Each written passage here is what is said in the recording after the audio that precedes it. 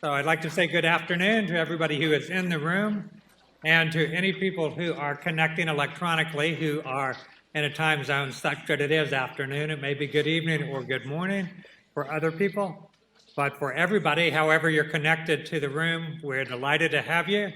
And I'd like to welcome you to the kickoff for the 2019 and 20 academic year at Gordon-Conwell Theological Seminary Charlotte campus. This is the first of our 4 Clipperwicks integrative events for the year. Some of you will know that the first and the last of the Clipperwicks events are sponsored by the Center for the Development of Redemptive Leadership, including this one. The second and the third of the Clipperwicks events are sponsored by the Kuba Center for the Study of Early Christianity. So I'd like to welcome everybody here, and we look forward to a great semester together, but before that, we look forward to a great afternoon together as we hear from our speaker, who is standing to my left, Dr. Danny Carroll.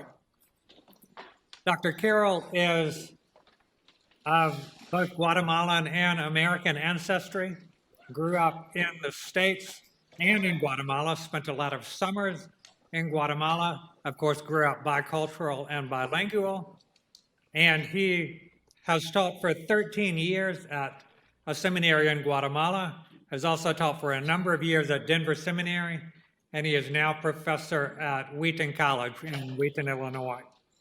Dr. Carroll is a specialist in the Old Testament, in particular the prophetic literature and social ethics and social justice in the Old Testament. He's also very interested in English literature and literary studies, and his literary studies have helped him a great deal in his Old Testament scholarship as well. He's written a number of works, commentaries, and other works, and particularly related to the subject of his lectures today is his book, Christians at the Border, Immigration, the Church, and the Bible, which you see here. This is the second edition of it, originally published in 2008, and second edition, I think, in 2013.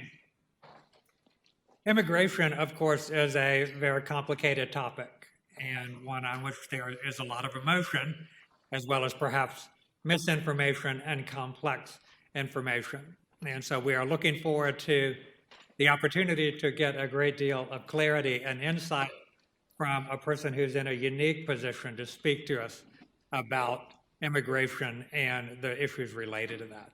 So Dr. Carroll, thank you very much for joining us.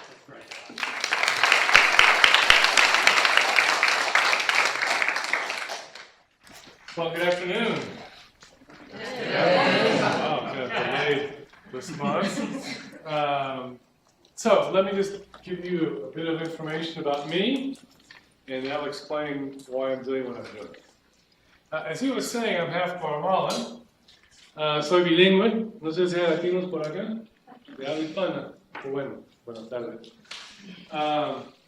So I was raised bilingual, bicultural. And we would spend all our summers in Guatemala, and then I went and I was a professor there for 13 years, and I go back periodically. I have a Guatemalan family. And for the last dozen years or so, I've been involved with the immigration debates for personal reasons. Este es mi gente, as we would say, to my people. And I actually had a cousin who came undocumented. Do I have to turn this on?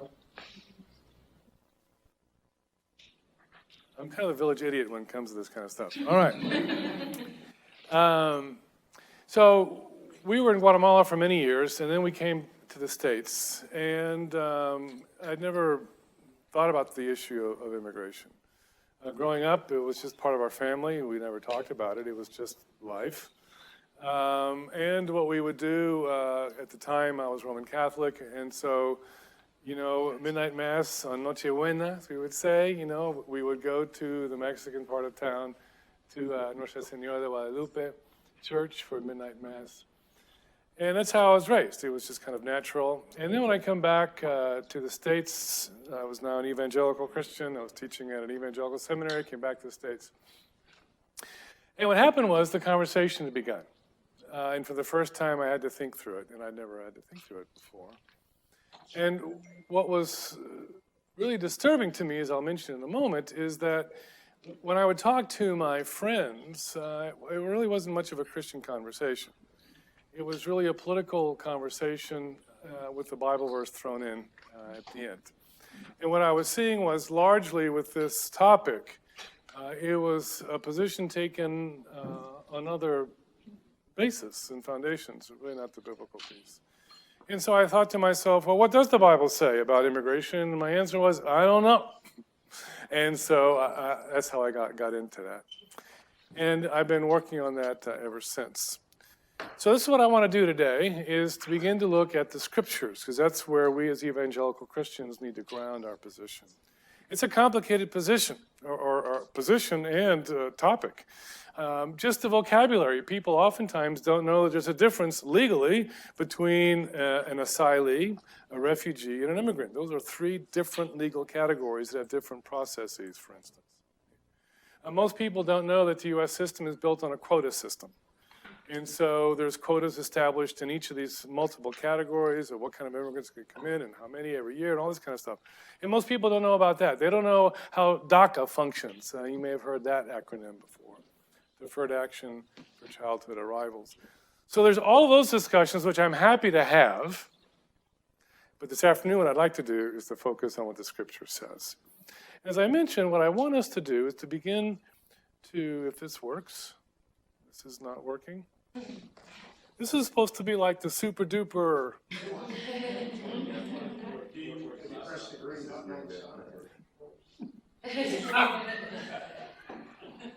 All right. Okay, there we go. I got it. Okay, I got it. I told you I was the village idiot when it came to this stuff. Okay, there we go. Here's the challenge. Are you impressed? It actually was kind of mobile character came up. That's about as good as it gets for me. But you can see here, I want us to begin to think very self-consciously as Christians about this. Now, this is important because you need to get to the policy decisions. You need to begin to formulate legislation. You need to begin to do the pragmatics of legislation and all the things that go with it, especially now, let's say, at the border where all kinds of things are going on. But if we can begin to ground that discussion in the scriptures and then make that the secondary move, that's probably the way we should do it as confessing Christians.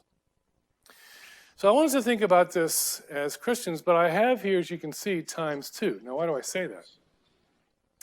Because one thing is for a majority culture audience to have this discussion. I have another discussion when I'm with Hispanic churches. It flips. We're going to see how a little bit later. So one of the things that happens when I start talking about what the Bible says, what I see is that the majority culture people will go, wow, we didn't know that was in the Bible. Yeah, it's actually in there. And then when I talk to Hispanic congregations or groups, the response is, wow, no sabíamos que eso estaba en la Biblia. We didn't know that was in the Bible. But there's an additional thing that can go through their minds. Now they begin to understand, estas son nuestras historias. These are our stories. Ahí estamos nosotros. We're in there. And now the Bible begins to take a very different spin for them. Now they begin to see how God walks with migrants in ways that a majority culture person cannot understand. And I want us to be mindful of these two, or this verse, which I'm sure you all know. And when I've heard sermons on this verse, it's usually about drugs and sex. Okay, got it. It also should be about our politics. Don't let the world define your politics and then go looking for a Bible verse. Right? Don't let either of the political parties, and I would say a curse on both their houses, we need to go to the scriptures and let them begin to formulate how we do this. Now, what's fascinating is when you go into like 1 Peter, it says that we're all strangers in a strange land. Now, if you step back and think about it for a second, what it's telling you is migration becomes a metaphor for the Christian faith. See, we have another citizenship. We serve another king. We should have a different set of values. This should be a very strange place. But we kind of like it. And now we want to keep the strangers out. For some odd reason, we want to defend this strange place that's becoming increasingly post-Christian. But think about this even more. If migration is a metaphor, it might mean that the more we understand about migration and immigration, maybe the more we'll understand about what it means to be a Christian. You see, the migrants know what it means to be strange. They know what it means when they have an accent and the other side doesn't understand them. They know what it means to dress funny. They know what it means where all of the nonverbal cues that you used to use. In Latin America, un besito, right? You'd kiss the woman on the cheek. Here, they'll sue you or something. Or men hug each other. I can kiss my grown-up son, and that's okay. The food is different. They know what it means to be strange. Now it makes sense why it's a metaphor for the Christian faith. How do strangers navigate a strange world? That is not only a metaphor for the immigrant, that is actually your life. So, as we talk about this, where do we begin the discussion? Often what happens is that the discussion will begin with the politics, oftentimes with legal status. Do you have the proper paperwork or not? That's kind of where it goes. And you need to get to that question, so it's not a bad question, it's actually a necessary question. But is it the best place to begin the discussion? Because if you begin there, then it's really not a discussion. You either have those papers or you don't. Maybe we should begin in another place. And what I would suggest as Christians is that I would go to chapter 1, page 1 of the Bible. Let's begin in Genesis. Let's begin with their humanity and not their legal status. Now, you got to get to that. But we don't begin there. We talk about them as people. Human beings made in the image of God. And Old Testament students would know, and Dr. Laniak would know these things, that when you talk about Genesis 1 and the image of God, it's about how humans are unique in all of their capacities. That's true. But it also says something very interesting. It says that humans are created to rule and subdue the earth. Now you're not only talking about human worth, you're talking about human potential and capacity. Now see how this will change the discussion. Let me give you an example. Let's go to DACA. DACA was the idea that if you were brought here as a child by parents without documentation, you go through a process and get a temporary permit. And that's been a discussion that's been going on in Washington for some time now. But you see, if you begin with the idea that it's about potential and capacity, now you begin to ask a different set of questions about these young people. Now it's a question of, how can we facilitate all the energy and all the potential of all these hundreds of thousands of young people for the national good? See how it's changed the conversation? Now it's a constructive question of facilitating, of empowering for the national good, let alone their good. You're having the legal discussion, but you began in a different place, and the discussion went in a very different direction. That's where we begin, with their humanity. Now, oftentimes people go, well, what about Romans 13? Okay, that's in the Bible too. But in my Bible, it's about page, 1100. So why don't we see what comes before that? And why don't we read Romans 13 in light of all the hundreds of pages before then? And then we'll get to that passage, and maybe we can have another kind of reading about what that passage might actually mean. So we begin a different place. We begin with the image of God. Now, one of the fascinating things about the Old Testament are stories. Now, what happens, and I don't know about you in this seminary, but when I went to seminary, they taught me how not to read.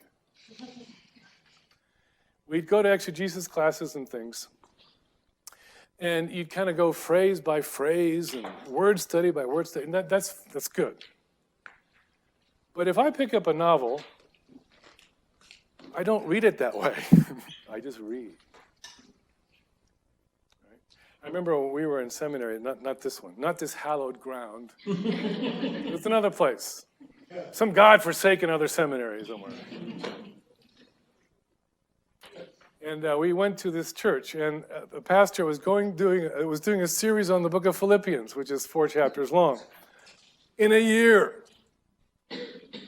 So you had a sermon, and it would go, let's do Philippians chapter 1, 1, 2, 1, 2a. And then he had it all outlined out. Paul, an apostle of Jesus Christ. Let's just stop right here. What does apostle mean? And that's how he went. Well, after about the third week, he had no memory at all of what you talked about. Right? Kind of grunted our way through Philippians. But if we learn how to read again, the stories and how they come alive, I tell my students, we need to be storytellers again, right? And if you're a pastor or you're a teacher in a Sunday school class or whatever, you need to be able to teach your students the beauty of the stories. You need to know when to get angry and when to speak in a whisper. Because that's what you read in the text, or the stories of three-dimensional characters wrestling with life. Abram, who becomes Abraham. Fascinating story. You know, he's called from Ur of the Chaldees, end of chapter 11 of Genesis. And they walk hundreds of miles to Haran on what is now the Turkish-Syrian border. Stay there for a while, then he'll come south into Canaan. And he receives the promise. You remember the promise in Genesis 12, verses 1 to 3. But what you begin to realize is that the promise of God, this chosen man from whom will come the chosen people, his life is the life of an immigrant. And he receives the promise as an immigrant in a foreign land. And the rest of his life, he has no property. The only property Abram, or who will become Abraham, will ever have is a property he will buy to bury his wife. He's a sheep herder, wandering the land for decades. This is the recipient of the promise. In chapter 12, after he receives the promise, he will keep going into the land and he'll build altars and call the name of God, and that's all very good. But then it says that there's a famine in the land and they begin to move to Egypt. Let me use modern terminology. Forced migration for ecological reasons. They're hungry. There's drought. There's famine. They move to eat what we're seeing all around the world. The great father of the faith. Now we know that Egypt, because it had the Nile, always had water, so there was crops. You can do a satellite take on Egypt, and there's the Nile, and there's green on both sides. Everything else is brown. And so in the ancient world, people would come into Egypt looking for food. And the Egyptians sometimes would take them in, sometimes they didn't want them in. It was all very kind of natural. So they built a series of forts on their eastern frontier to monitor. So maybe it was one of these outposts or forts that Abram and Sarai were getting close to. And he says you remember that line? Tell them that sister and not my wife. Remember that? And they were related. But what you begin to see is hungry migrants willing to lie to get across a border to survive. What's the option? To go back into the desert and die? And she literally puts her body literally at risk so that the rest of them can eat. The fear. He asked her to do this because otherwise they will kill me. Do you hear the echoes of the hungry migrant? The great father of the faith, lying to get across a border out of desperate need. If you were to go to chapter 18, there you see Abraham, now his name has been changed, receiving these visitors, the angels, remember? So the migrant becomes the hospitable one to those who are traveling. I mention this passage in Genesis 23 because that's where he will tell the one from whom he buys the piece of land for his wife's burial, I am just a sojourner and an alien. That's how he defines himself. I'm just a migrant. Joseph is a fascinating story. That's what you would call family dysfunction. I know Dr. Cooper is here with all the psychology and everything. This is one of those families where the father plays favorites, and everyone knows it. He's not subtle about it. And Joseph will play on that too. So what happens is his brothers are out there in the fields taking care of the sheep, and the father sends Joseph to go check on them. And they want to kill him. Great family dynamics. So they talk about it, and they end up not killing him. They end up selling him to some passing merchants. And he is sold as a slave in Egypt. But he's a hard worker. He's honest. And he works his way up in Potiphar's house and becomes steward of the household. Trusts him. But then you know how the story goes. Potiphar goes on a business trip, and Potiphar's wife tries to seduce him. He runs away. So who do you think the authorities are going to believe? The Egyptian authorities. Are they going to believe the foreigner, or are they going to believe the Egyptian woman? Well, they believe her, and he goes to jail. But in jail, as you remember the story, he can interpret dreams. And so the Pharaoh has a dream, and he's brought in, and he interprets that dream. And all of a sudden, this man who'd been in jail now becomes second in command to Egypt.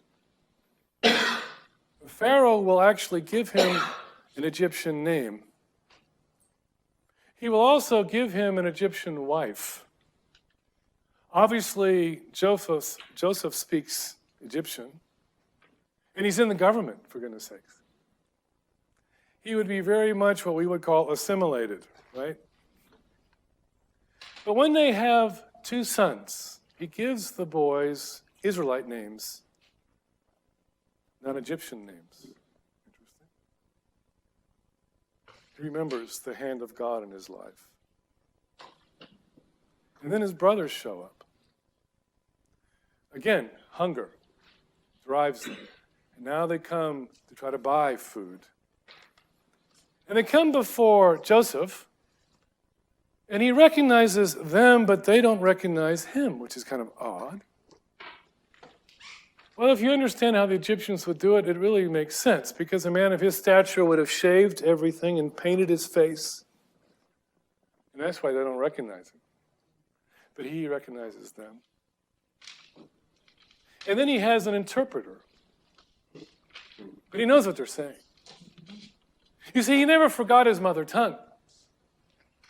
He goes behind the curtain and he weeps. You see, he's bilingual. He's bilingual. Si ustedes quieren, con mucho gusto, yo presento esto en español. Sin pena y sin problema. I can do this any way you want. Interesting. He still has his mother tongue.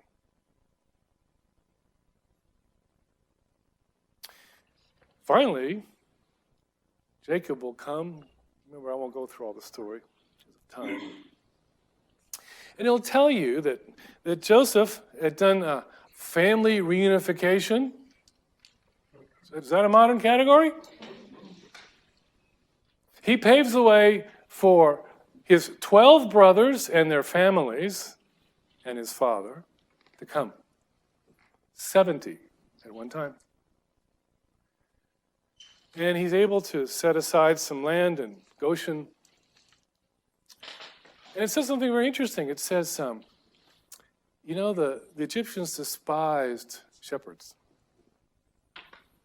What was it like when at the end of the book, Joseph presents his dad to the Pharaoh? Was he embarrassed? Ashamed? The old shepherd. In an amazing event, the old shepherd will walk over to the Pharaoh and bless him. The despised immigrant, blessing the most powerful man in the world. And then as he gets to the end of his life, Joseph will say, when I die, take my bones home. Home is in Egypt. Deuteronomy 26 would be recited at one of the religious festivals of Israel. Our father was a wandering Aramean. Migration is the heart of the Israelite story. Egypt is fascinating. Egypt will have a very human reaction to all of this. You're at Gordon-Conwell, so I know all of you know your Bible. Boy, not a single amen. I'll need to speak to you about that, Don, afterward. But if you read Exodus chapter 1, you begin to see that the Egyptians are frightened. You know why? It tells you. The numbers. Too many of them. Scares them. We see this around the world.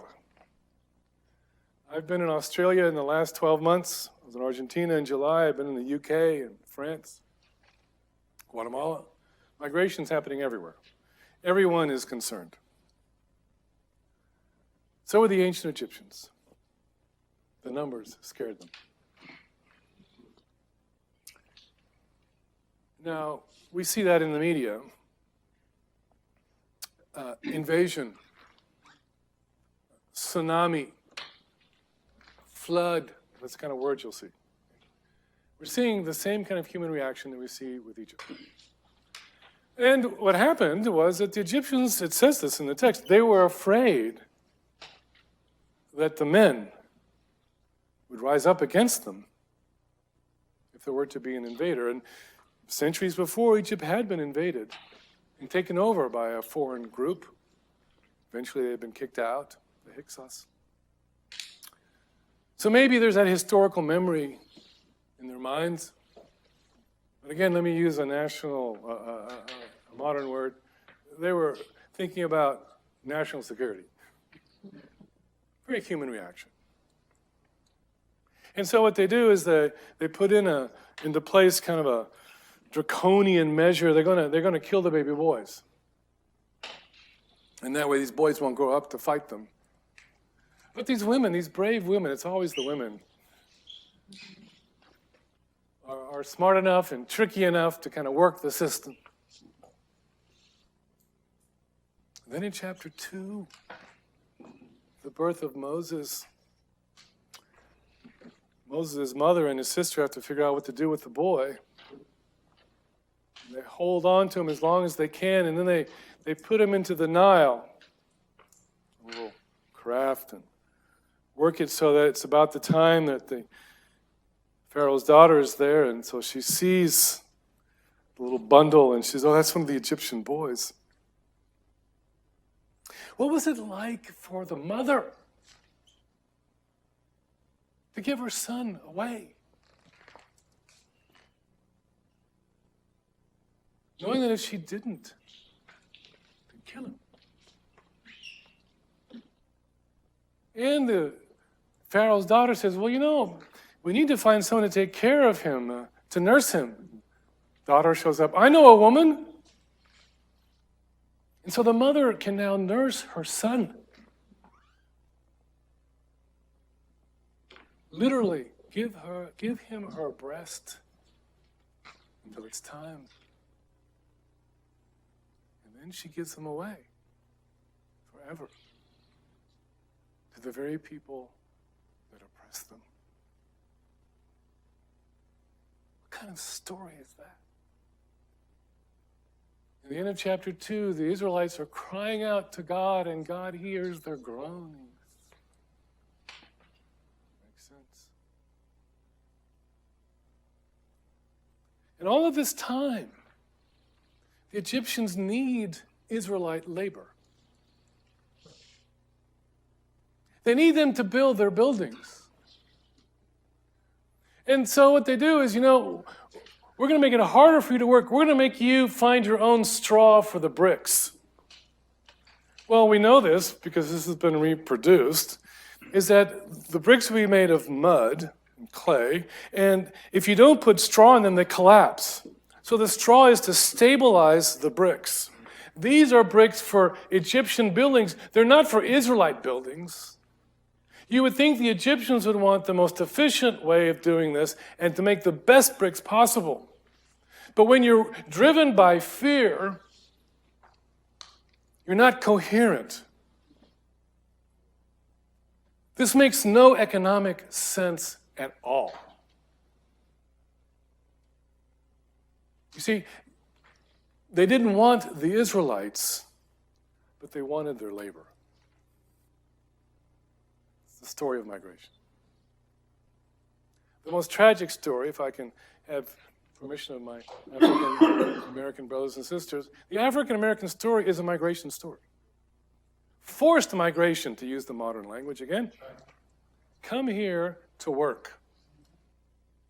We'll go to civil war about this eventually. 13th, 14th Amendment, all that kind of stuff. But then we devolve into segregation. We're still wrestling with the legacies of those centuries. But you see the same phenomenon. It's a very human phenomenon, even with segregation. You don't want them, you want their labor. If you can just get them somewhere else, but have them work, we're okay. That's as old as time. So the Egyptians, very human. This is a great story, Naomi and Ruth. If you know the book of Ruth, it begins with migration. Naomi, her husband, and 2 sons. There's hunger in the land, Bethlehem. So what they will do is that they will go across the Jordan and the Dead Sea, and they'll go to Moab. And there they will settle for a time. And what we have is that their 2 sons will marry Moabite women, Orpah and Ruth. Now let me flip that for you. That means that these 2 Moabite women marry immigrants. So what happens is, as you know the story, eventually Naomi's husband will die, as do the 2 sons. And so now you have 3 widows. And Naomi, another human kind of response, has heard that things are better back home. She wants to go back to Bethlehem. Very natural. And she tells her daughters-in-law, you stay here and start your life over again. I'm going back. And as the story goes, Orpah will stay, but Ruth will go with Naomi to Bethlehem. And now the woman who had married an immigrant becomes the immigrant. And she says something amazing to her mother-in-law. Your people will be my people, and your God my God, and I will die with you. If you read chapter 1 of Ruth carefully, Naomi doesn't say a word. There's no thank you. There's no, yeah, we can do this. Nothing. In fact, when they get to Bethlehem and the women come out to greet her, she says, I'm a bitter woman because God has taken away everything from me. Naomi has just come from Moab, and in Moab her sons had died, her husband had died. Moab is not a good place. And now she has a Moabite with her. How was that seen? End of chapter 1. People come out of the town and they're embracing Naomi, and Ruth's not even mentioned. Was Ruth standing over at the side? Awkward. What do I do? Chapter 2, she's in the fields. She has the right to be there as the widow of an Israelite. And as a foreigner, she has that right by law. And so Boaz comes, and he sees the woman. Who is that woman? And the workers will say, she's the one from Moab, and she's with Naomi. They don't know her name. And they say, she's been working all day and hasn't taken a break. No one knows her name. They just know her by her work. That's what happens. Boy, those Mexicans, they sure work hard. If we need them here by 7, they'll be here, And if they need to work on Sunday, they'll work on Sunday, You don't know their name, but man, those guys, they really work hard. Yep. You hear the stories across the centuries. And he calls her over. And she says, I am a no cria. She bows down to the ground. That's kind of a pejorative term. Why did she use that term and not the better term? Don't know. Maybe she had been feeling awkward and marginalized, and so she chooses that word. We're not sure. But then Boaz says, be careful with the men. Work with the women. That's a line for the ages. Women, be careful if you're a single woman or, a widow. Don't be careful around the men. Exactly. Just like in ancient times. Okay, yes, I'll do that. And he gives her extra food to take home. And so when she gets home, and Naomi says, so how'd it go? Well, I met this guy called Boaz. Oh, my goodness, he's one of our kinsmen. Praise the Lord. And, when you go back to work, be careful about the men. You need to work with the women. Oh, good advice. I think I'll do that. She'd already been doing that. Chapter 3. Naomi says, look, to Ruth, pretty yourself up and go to the threshing floor, and you'll meet Boaz there. And you just let him do all the talking. Then as you read the story, she's the one doing all the talking, and she's telling Boaz what he's supposed to do. What you find is an immigrant woman, poniendo las pilas, as we would say in Spanish. She's moving. Initiative. Chapter 4, the marriage with Boaz. And the elders of the town will say, you're an amazing woman. You're like one of the great women of Israel. See how she's slowly been brought into the town's life and thought? And then the women who had ignored her will say, Naomi, she loves you more than 7 sons. Naomi doesn't answer. But now there's a boy. And they say, this boy will take care of you when you get older. And so she takes the boy. See, maybe now it'll work. Because it's the children, isn't it? It's the children that are always the bridge.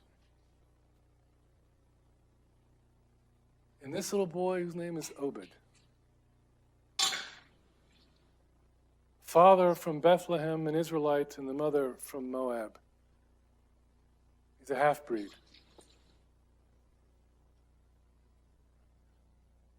I'm a half-breed. Half Guatemalan, half American. I look American, 6'6", look Anglo, no accent, I'm good to go. Not my mother. She would tell me the stories. We're Obed. And our numbers are increasing all the time. And if you read the end of the book of Ruth, you get the genealogy of David. This immigrant peasant woman becomes the root from which will spring David and ultimately Jesus himself. What a great immigrant story of learning how to integrate oneself. And it's not easy. Whoops, what just happened? There we go. Jeremiah, I need to move quickly because I've been told there's a break. Jeremiah writes a letter to those in exile, chapter 29, and he'll tell them to build their homes and plant their crops and marry. He's telling them, integrate into the city. And then he says, pray for it. And now what you begin to see is that these immigrants who've been taken away now are protagonists of the mission of God. And then he says, pray for it, that it goes well with it, and also for you. You see, they will find their blessing as they bless those around them. Chapter 41 to 44, that's the story no one ever talks about. That's the group that went to Egypt. They weren't deported to Babylon.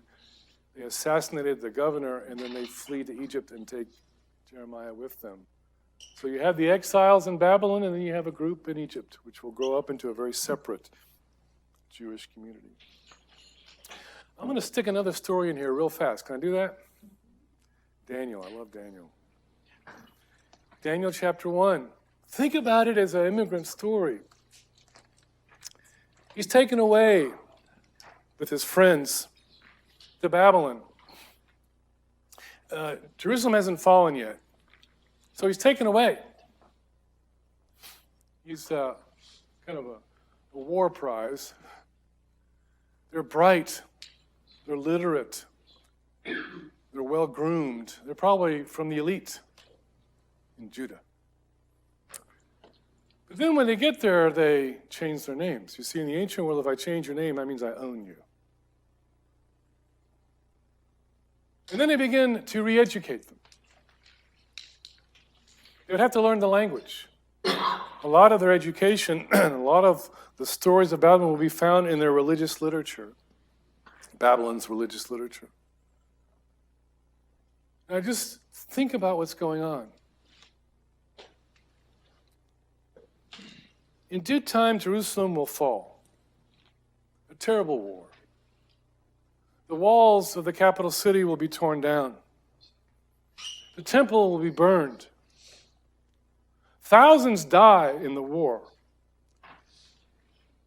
Thousands are taken away. They would have lost friends and family in the war. They would have lost all the land that their family would have owned. They would have lost everything that they had. And now the empire that has conquered their people and killed who knows how many thousands and destroyed everything they know and taken them away, now that empire wants these young men to serve them. And they'll give them another name and re-educate them to serve the empire that destroyed everything they have. What are the emotions of Daniel? Anger, bitterness,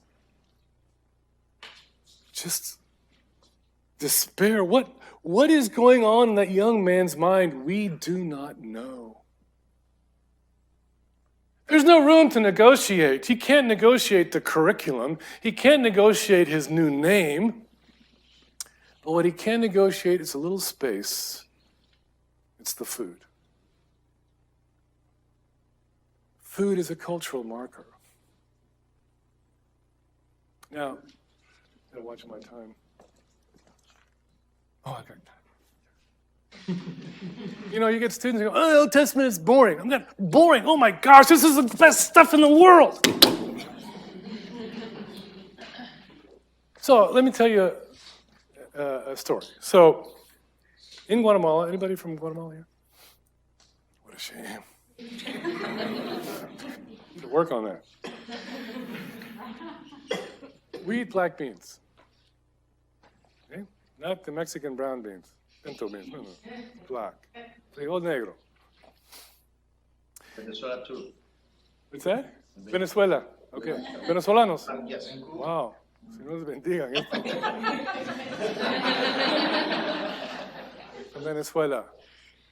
Do you know what's going on in Venezuela? Millions have left. The migrant stories of Venezolanos. Anyway, so we can do frijol parado, the whole bean. We can do arroz con frijol. We can do beans and rice. We can do sopa de frijol, bean soup. We can do what's called frijol volteado, where they mash the beans and fry them and flip them. That's why it's volteado. And it comes out like semi-hard, like a meatloaf. Do you do that in Venezuela? I was confused too when I was a pastor and 30% of them were from Guatemala. Okay. And then I didn't realize until the frijoles volteados, frijoles Parados. Yeah. All right. We speak Spanish, but we couldn't understand. Right. That's exactly right. Which is actually a great story, actually. But here's the point. I mean, when I was growing up, you'd have pan con frijol. This is what you'd take, because when we would go in the summers, it was school time in Guatemala. They'd put us in school. And so the snack you would take would be, there's a certain kind of bread called pan francés, and it's a certain kind of bread, and then black bean sandwich. So when I was at my previous institution, I would take students to Guatemala every other year. And I'd say, in Guatemala we eat beans, black beans. We do them los tres tiempos. We do it like breakfast and lunch and dinner. And if you're going to go to Guatemala, you need to kind of get in training for this, because beans do stuff. Yeah, that's Carroll. We go to Chipotle, we go to Qdoba. And I'm like, okay. So it was clockwork. They'd arrive on a Saturday night. I'd pick them up. I'd already be there. It was always Wednesday morning. That's when things would begin to happen. And they'd come to breakfast. And they'd go, oh, Dr. Carroll, for the love of God and his kingdom, can we go to McDonald's? Okay. And so I would do it. I'd say, tonight let's do pizza and a movie, and pizza's on me. Dr. Carroll's great. And so we'd watch, this is going back a few years, My Big Fat Greek Wedding, which is a great cultural movie. You need to watch it. Okay, and it's funny. That's the good thing. You get people laughing, they get it. And so anyway, what I would do is right outside the seminary gate, there was a Domino's pizza, but a walk-in, not a sit-down. So I'd buy some pizzas, but at that time, they don't do this anymore, it's a shame, but at that time, Guatemala was probably the only place in the world where you could find black bean pizza. So I'd buy one, and I'd put it on top. To watch their faces when I opened.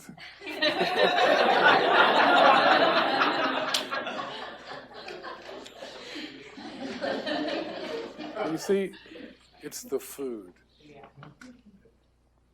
And what you see are some migrant young men negotiating the only space they have.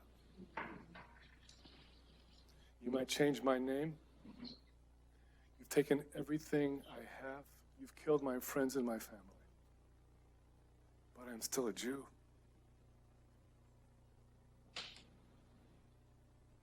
We have our food, and we have our faith. And if you read the book of Daniel, they are willing to die for their faith. These are immigrant men. Have you read Daniel as an immigrant story? And the courage in the face of unbelievable odds and loss? Ezra Nehemiah. Here we have, again to use the modern phrase, return migration. They go back. Very different stories, though. Ezra is a priest. He's very concerned about doing things according to the letter of the law. He doesn't really want the Persian stuff. He'll use the Persian government to go back, but he wants to kind of have them obey the law, the letter of the law. Nehemiah, though, is in the government. He has a very different kind of take on this. Obviously bilingual, obviously bicultural, still wanting to hear news from home over a century later, and there's not even Univision at that time. It's called transnationalism, again to use the modern word.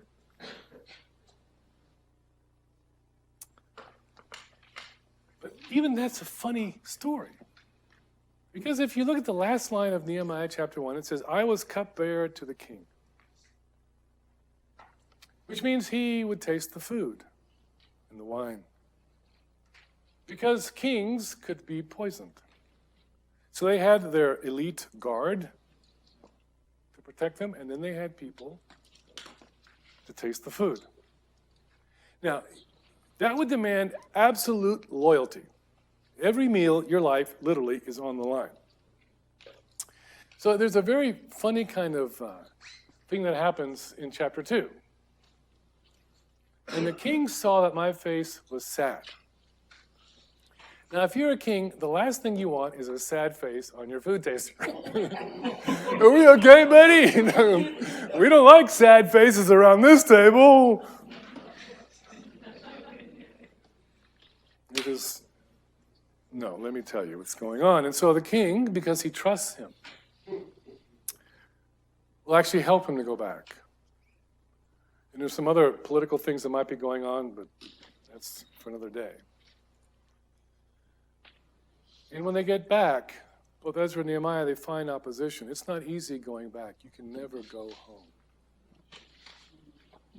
And if you talk to people who have been forcibly deported or just go back home, how hard it is. The language, the customs, the family, trying to find a job.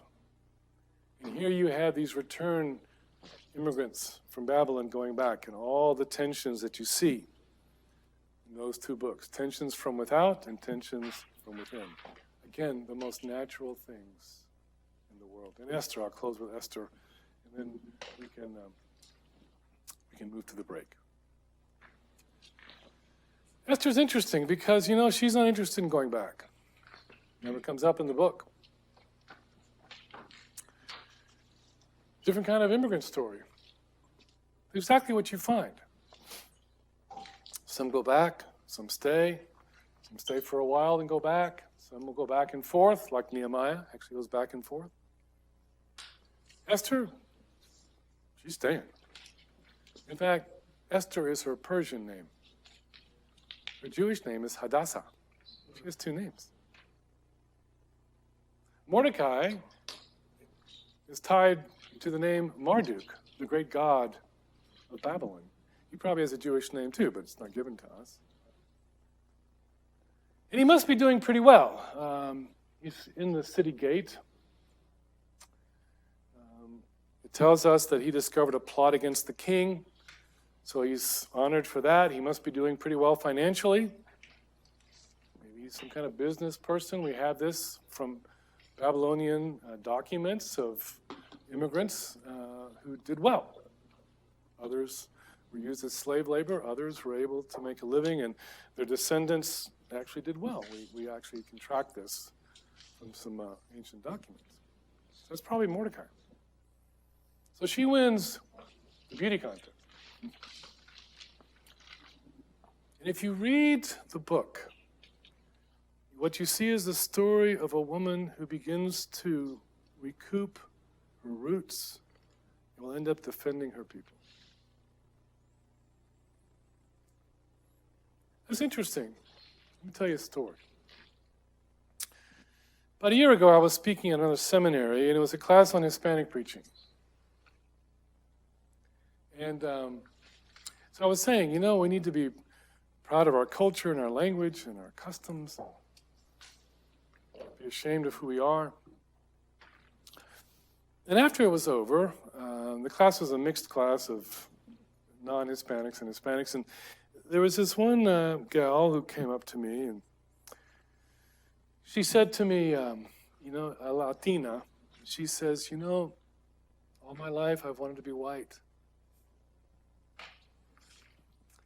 And I took her hand, and I said, esta piel no cambia. This skin never changes. Eres morena de por vida. You'll always be brown. That's okay. And then she says, I've pushed aside some of my family and the language and the customs, and her eyes welled up with tears. And she goes, how do I find my way back?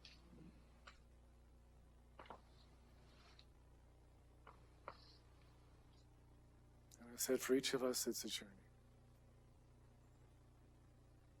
It's a journey. And you're never home. You're never home. One thing about being a half-breed, I can move between both cultures easily. I was telling Dr. Cooper, the Anglos don't believe me. And inside, I'm more Guatemalan than U.S. Because of my height, the Latins don't believe me either. I'm screwed. But it's a rich place because of that. But it's a lonely place because no one understands you.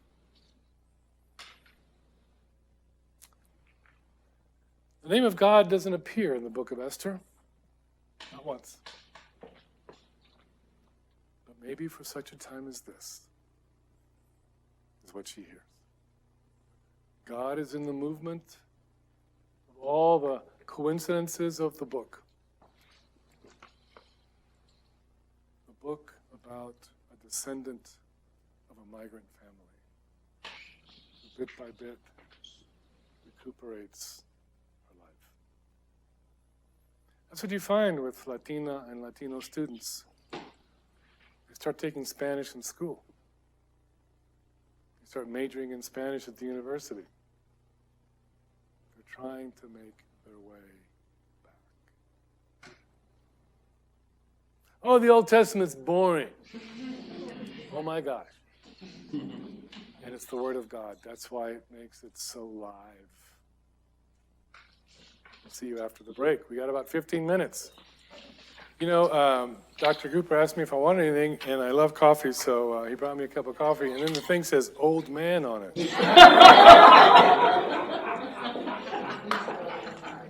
We're friends. We go way back. Yeah, you're projecting. Yeah, right. Okay. Among friends, right, Rod? Yeah. Okay, so we've looked at stories. Now what I want to do is move to a complicated area, which is the area of legislation.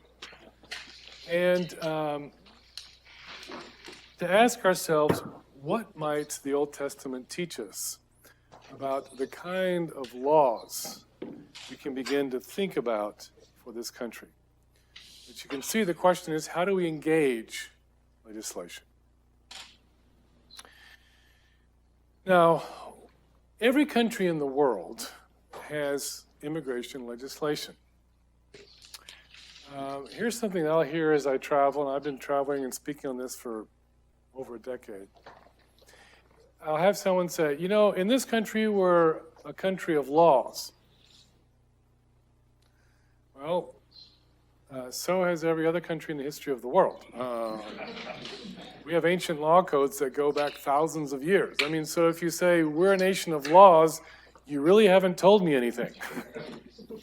Of course you are. Or of course we are. See, that's the wrong take on it. The question is, of course we have laws, but are they good laws? That's the question. Are they adequate laws? That's the question. Are they up-to-date laws? That's the question.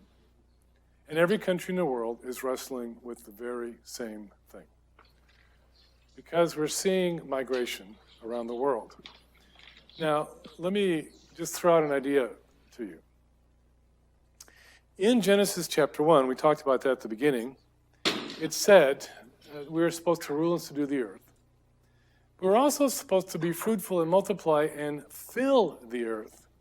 How do humans do that? We migrate.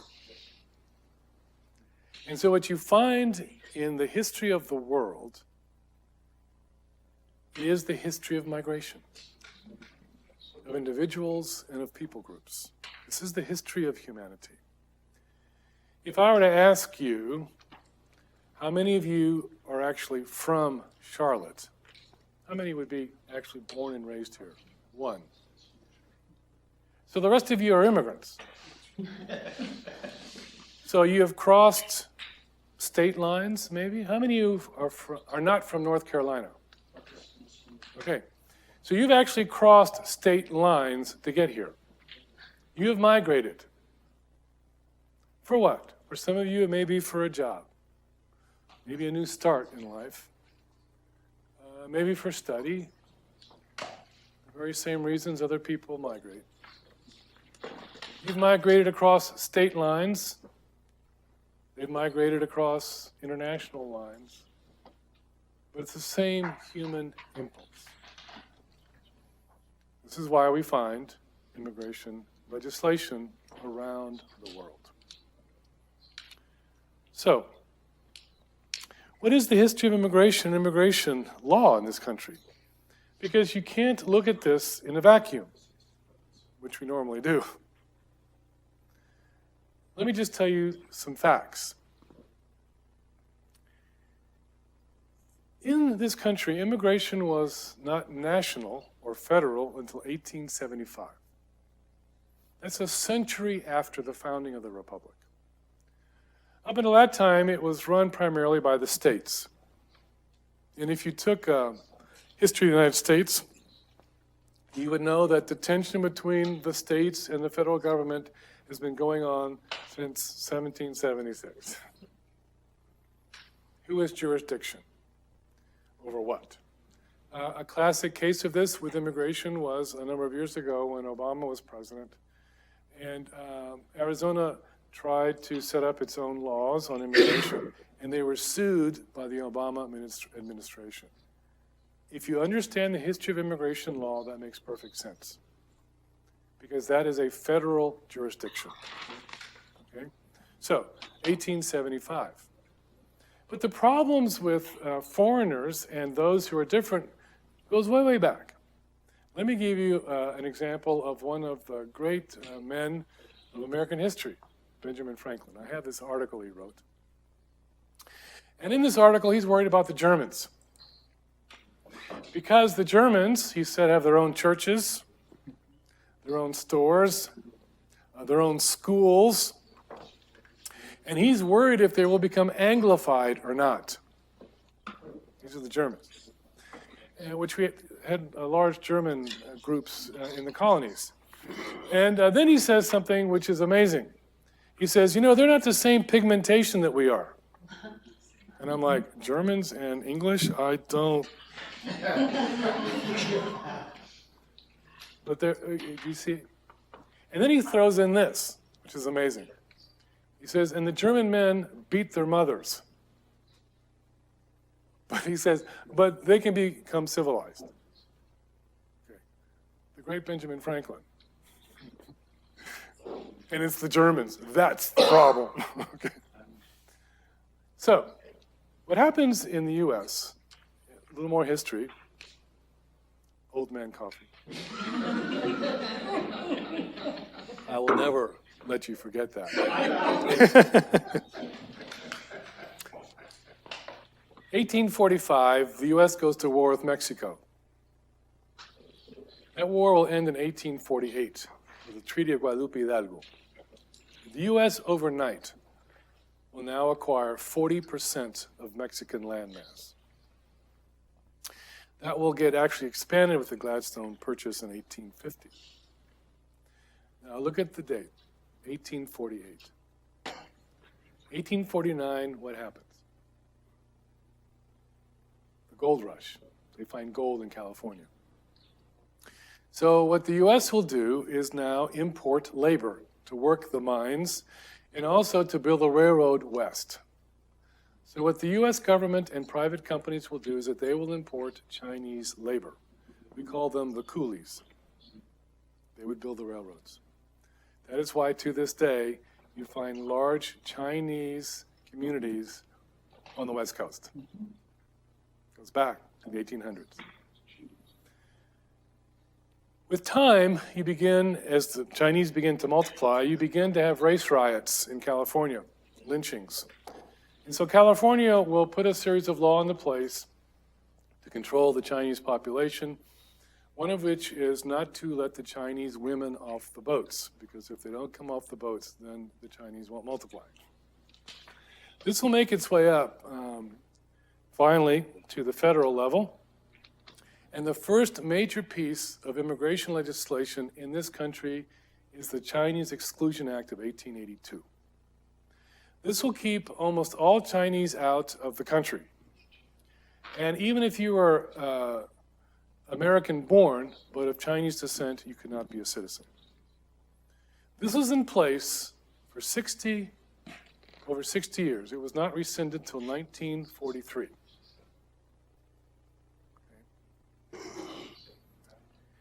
The ironic thing is, this becomes law in 1882. That is also the decade when the Statue of Liberty is put up in New York Harbor. That is the national narrative. We're welcoming, but. And so what you see, even today, is just a recurring pattern. And it's not an American pattern, it's a human pattern. You see it around the world. Of ebbs and flows, of acceptance and rejection. This is just a very natural ebb and flow. Now, it can get very nasty, and we're seeing some of that today. But there's been other times when it's been very bad. The Chinese, for instance, and I'll show you a slide a bit later. What we also do at the end of the 19th century, because what you get at the end of the 19th century is the influx of Irish and Italians. The problem at the time is that the Irish and the Italians were Catholic. So the US government put quotas on the Irish and the Italians for religious reasons. Because at this time, this was a Protestant country. I was born and raised Roman Catholic, as I mentioned. I remember, and some of us are old enough to remember, just a few of us, 1960. My father was from Boston, Massachusetts. The candidate for the Democratic Party was John F. Kennedy, and he was Catholic, the first Catholic to become president of the United States. I remember back then the discussions were, would he be more loyal to the Pope or to the US Constitution? What you find then is the ebb and flow of people groups. In the mid-19th century, the 1800s, the largest group of immigrants were Germans. And then it'll move to the Italians and to the Irish, and then into the people from Latin America. And now what you're seeing in this country is a large influx of Chinese, Indians, and South Koreans. Okay? Now here's another thing people don't know. Over 40% of the undocumented population in this country actually came in legally. They came in on student visas, and tourist visas, and temporary work visas, and then just stayed. We guesstimate about 15% of the Korean population in this country is undocumented. You never know that. We have pockets of undocumented Russians and Irish. We even have undocumented Canadians. Figure that one out. Okay? So, I mean, this is just what it is. So the discussion of immigration law has its own history. And instead of comprehensive immigration reform, which, it's hard to even get conversations on anymore, we just keep tinkering with the system. And the system now is so complicated and self-contradictory. We just make it worse and worse and worse. What we need is just to start over and to make a reform from top to bottom. The problem that we don't have now is political will. One side is digging in, and the other side is just screaming and not offering any alternative. That doesn't help either. No one is moving constructively forward. That's our problem. And we're in an election cycle. This makes it more complicated. So we have our own history here in this country.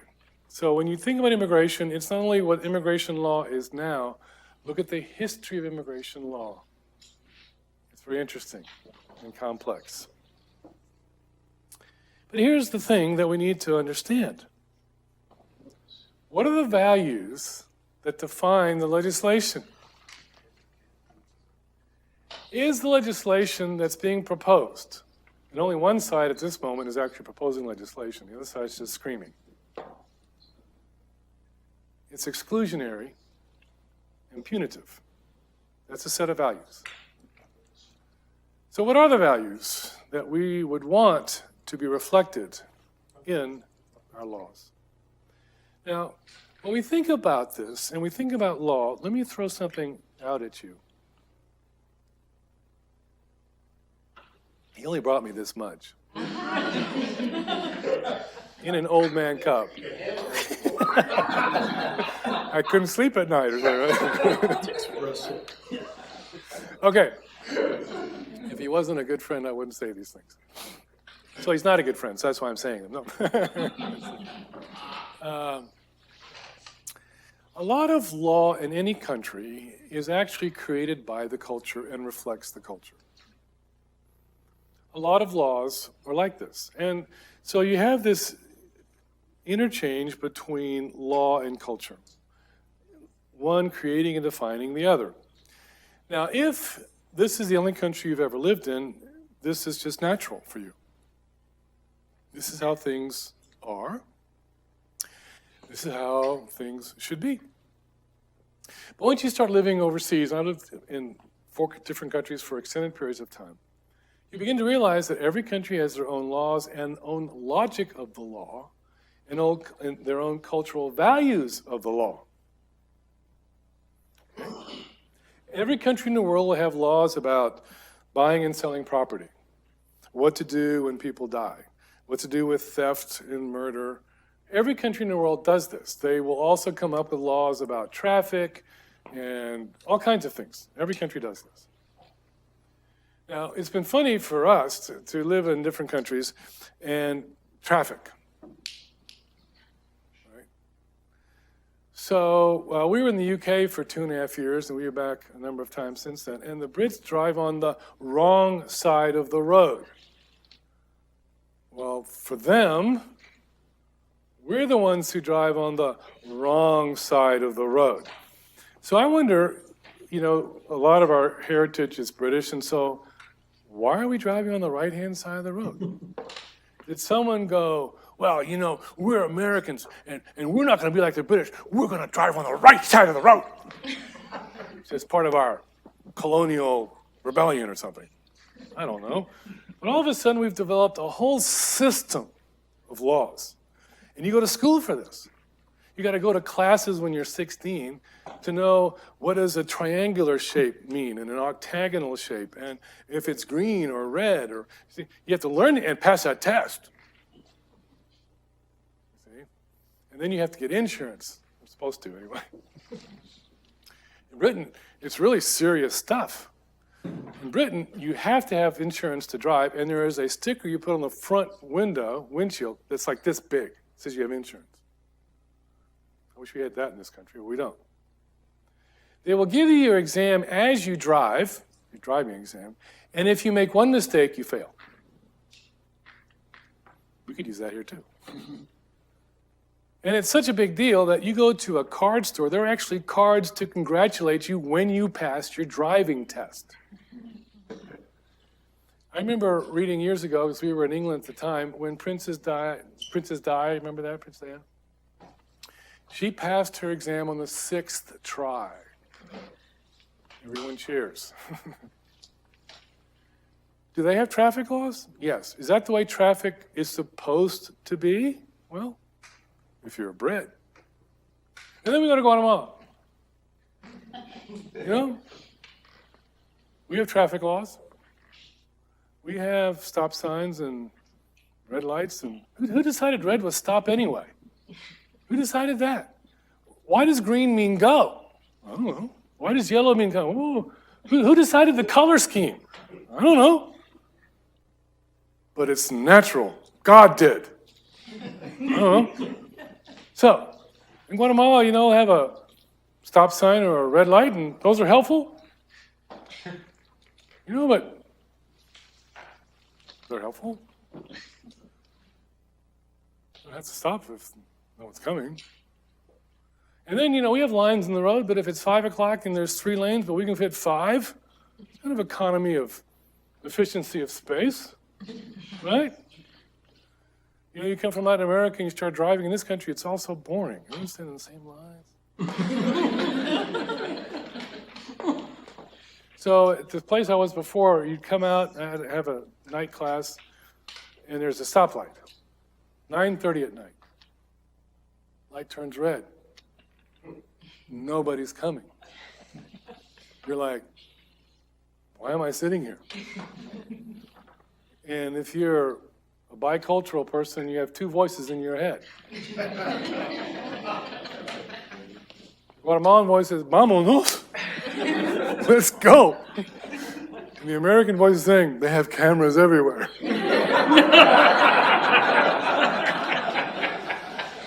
But you see how arbitrary it is.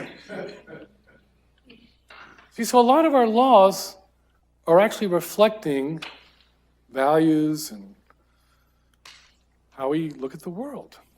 So it should not be surprising when a foreigner comes that they don't get U.S. law. It's not just the content, it's the whole ethos of the law. In Guatemala, you are guilty until proven innocent. How does that change things? A policeman comes, we can work this out. It's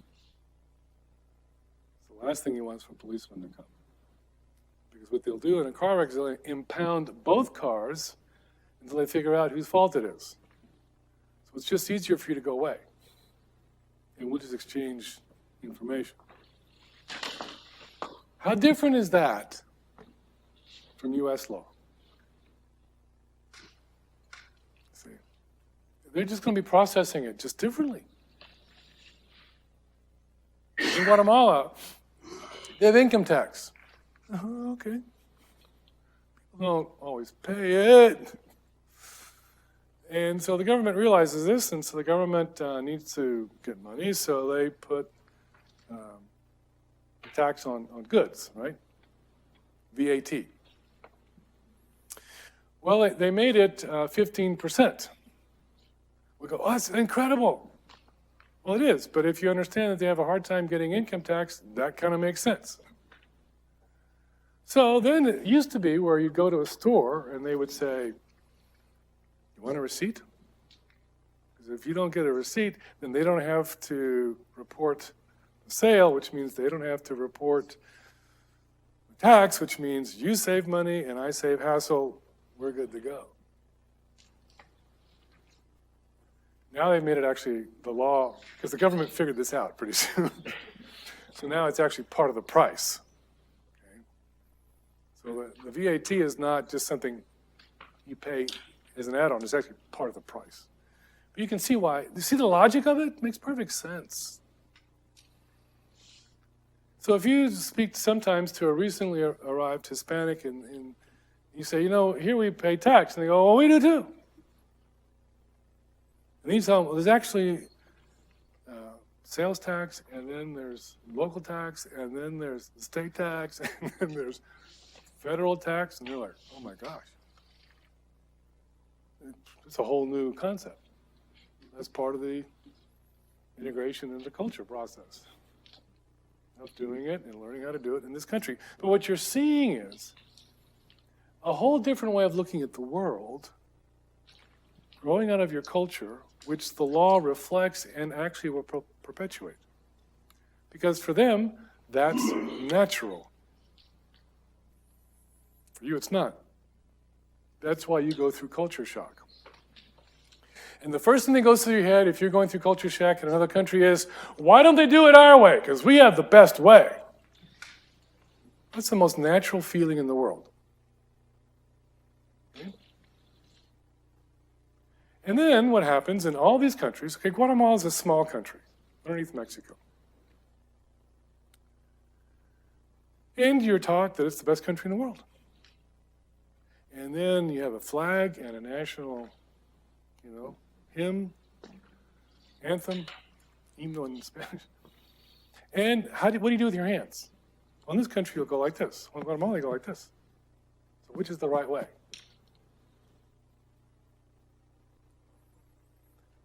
And so it actually has 7 stanzas, the Guatemalan national anthem. And everyone learns the 7 stanzas. We can't even figure out one in this country. Okay? And they have marches and holidays. They have their national figures. They have their founding myth of this virtuous person that founded the country. Every country in the world does the exact same thing.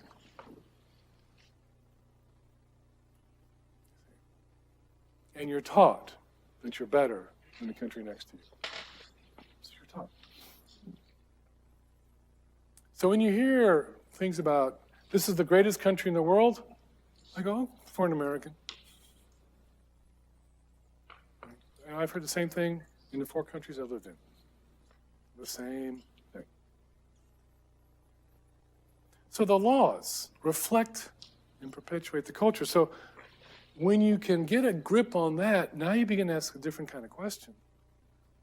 What kind of laws would reflect the values that we want to represent the heart of the country? That's the kind of question you begin to ask. Because you begin to realize a lot of it is just contextually driven.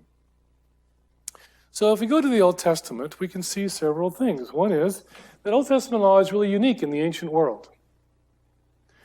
In the ancient world, they were used to having foreigners all over. If you were in the ancient world and you were acquiring slaves, this was usually done by war captives. You take a territory, you take their people, and they would become your slaves. That's how you would do it in the ancient world. They were used to seeing foreign merchants. They were used to seeing foreign officials around. They had immigrants into their countries as well. They were used to receiving refugees, running away from, they were used to seeing all of that. But only the Old Testament will have laws for the outsider. We have, in the ancient law codes that we have maybe 3 or 4 kind of specific laws about a certain merchant selling certain things or something like that. But it's not some kind of well thought out law or set of laws for foreigners. Only the Old Testament has that in all the ancient world. Maybe it's because they saw themselves as the chosen people, special. So that's the natural question. If we're the special and unique and chosen people, what do we do with people who are not? That's a very natural question. And so what we begin to see is just how gracious they were to outsiders. And if you go into ancient Israel and the ancient world, you'll find that the outsiders were very vulnerable for two primary reasons. One reason was that in the ancient world, they didn't have social nets or safety nets like we have here. There weren't public hospitals. There wasn't social services. There wasn't, welfare. There wasn't any of that. So if you would get hurt or sick, or someone would die, or maybe your animal got sick, or maybe your animal had to be put down, or maybe there was a food crisis, your crops had not come in well, or maybe there was a general hunger in the area, what you would do is you would get help through your extended family. That's how it would work in the ancient world. And so as we go to ancient Israel, we find that most of the population lived in these small villages. We think of maybe between 80 and 100 and 120 people, but they were villages made up of extended families. So you can see how they would help one another. The problem if you're a foreigner is the thing you don't have is extended family. So you're really dependent. You're at the mercy of the Israelites if something goes wrong, for protection or for a job or for food. The second thing that would happen if you were an outsider in ancient Israel, because most of the population was peasants, that means you worked land. But in the Old Testament, the land came through the families, through the male heir. The foreigners were not part of the system. So we think that a lot of these foreigners were what we would now call day laborers, which you see even in the New Testament. When Jesus in the parable keeps going, the person in the parable keeps going to the town square to find people to work. Do you see the echo across the centuries? I don't know what it's like here, but in Denver, you could go to some parking lots of a Home Depot and find men standing around waiting for someone to come up, pick them up, and give them a job for the day. Okay, this is as old as time.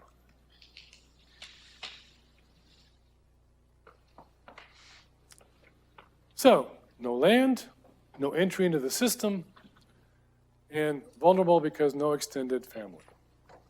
So the question is, how does the Old Testament respond to that? And what we find is that it does respond to the vulnerability of the outsider. Let me give you some examples. If you go to the Sabbath law, for instance, the 6 days you'll work, on the seventh day you will rest, you and your wife, your sons and your daughters, your male slaves and your female slaves, and the foreigner in your midst. The foreigner, who would be the day laborer, has just as much right to rest as the native born. But think about what happens with immigrant labor. I don't know about Charlotte. But in Denver, for instance, if you were to go to like a subdivision they were building of new homes, on Sunday, who'd be working? The Latinos. Not an Anglo in sight, not an African-American in sight, Latinos. Probably undocumented, which means they have no guarantee of even minimum wage, probably no benefits. And my friends would tell me that, if I don't show up, then let's give the job to somebody else. There's a line of men wanting to work.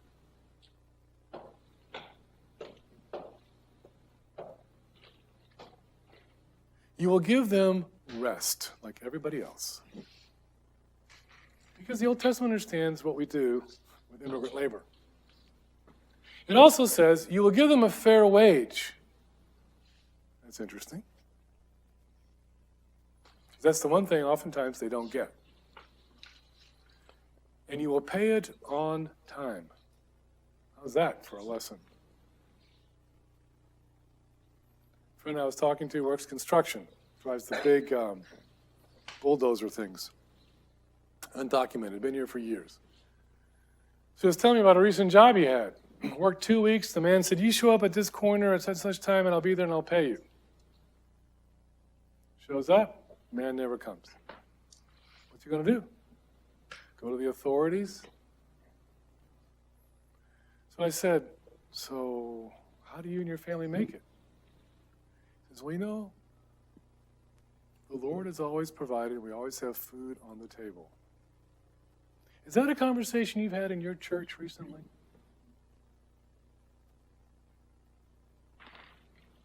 I've been in Hispanic churches where you'll get from the pulpit, be sure you drive the speed limit.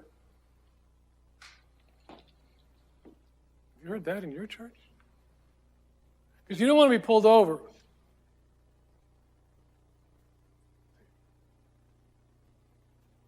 The Old Testament's aware of all these things.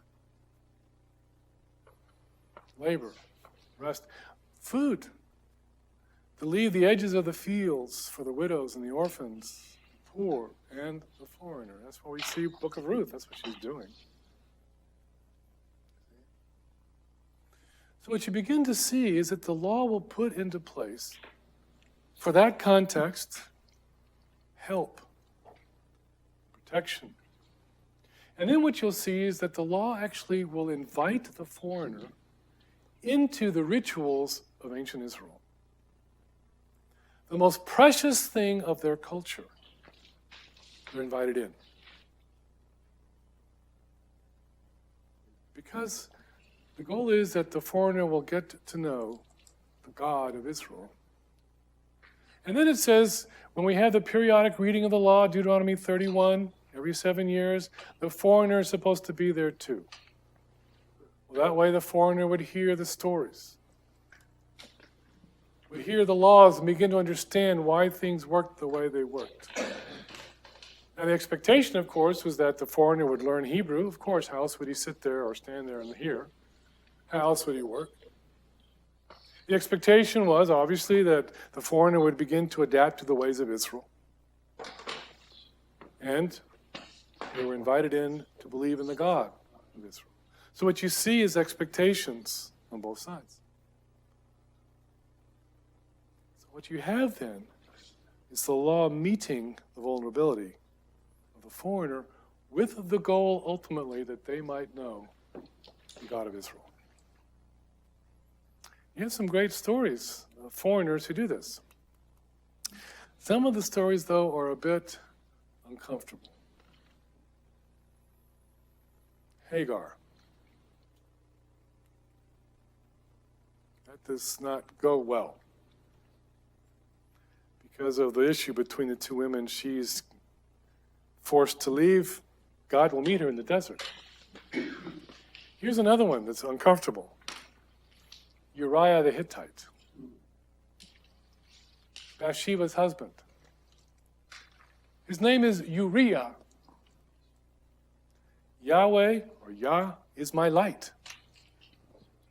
Here is a Hittite who now has an Israelite name. He believes in the God of Israel.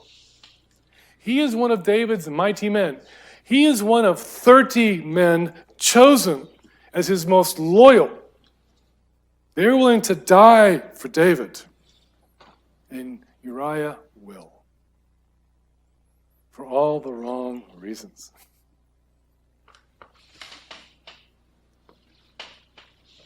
You have other foreigners.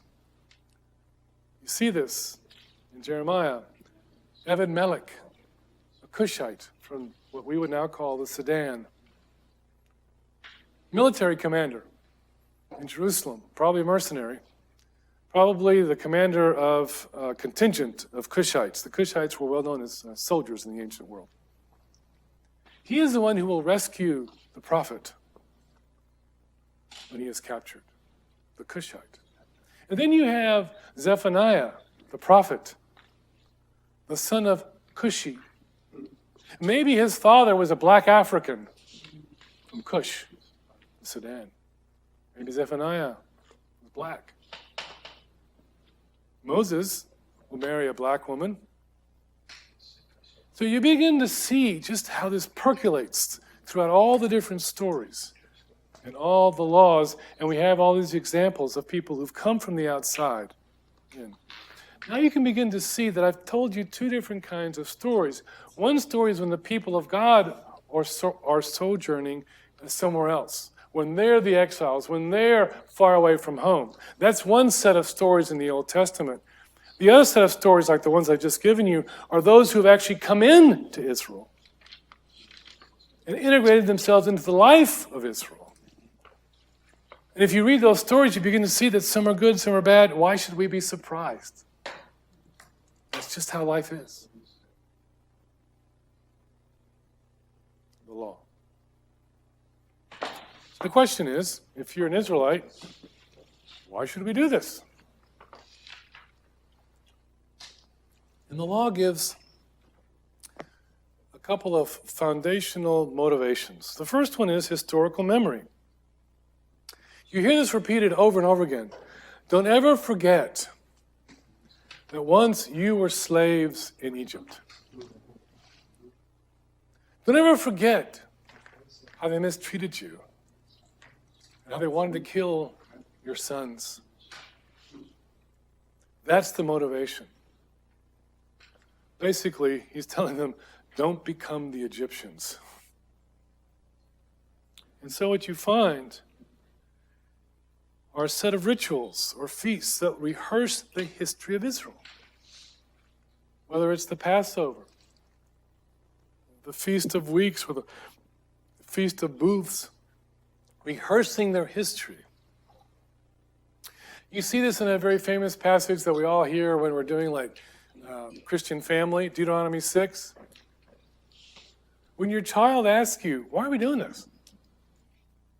You tell them the story. And the story becomes defining of who they are. With rituals in the home, rituals in the community, and rituals in the pilgrimages for the annual feasts. If you're a teacher, you're getting auditory, you're getting visuals, you're getting kinetic movement, you're eating food. You see how they're teaching them with every sense that they have. And in Deuteronomy 32, the Song of Moses, it's in music. They are being just, taught in every possible sense about their identity, and their identity is grounded in their past. It's part of our problem in this country. We only think about now. People go, this is the most divided time in the history of the country. And I go, we did go to civil war. Actually a bit worse than now. I'm old enough to remember the Vietnam War. It was a lot worse than it is now. There was marches in the streets and riots in Watts. Kent State, where the National Guard's shooting people on the campus of a university. You haven't seen anything yet. Well, this is the worst time in the history of the nation. Oh my gosh. What are you, 12?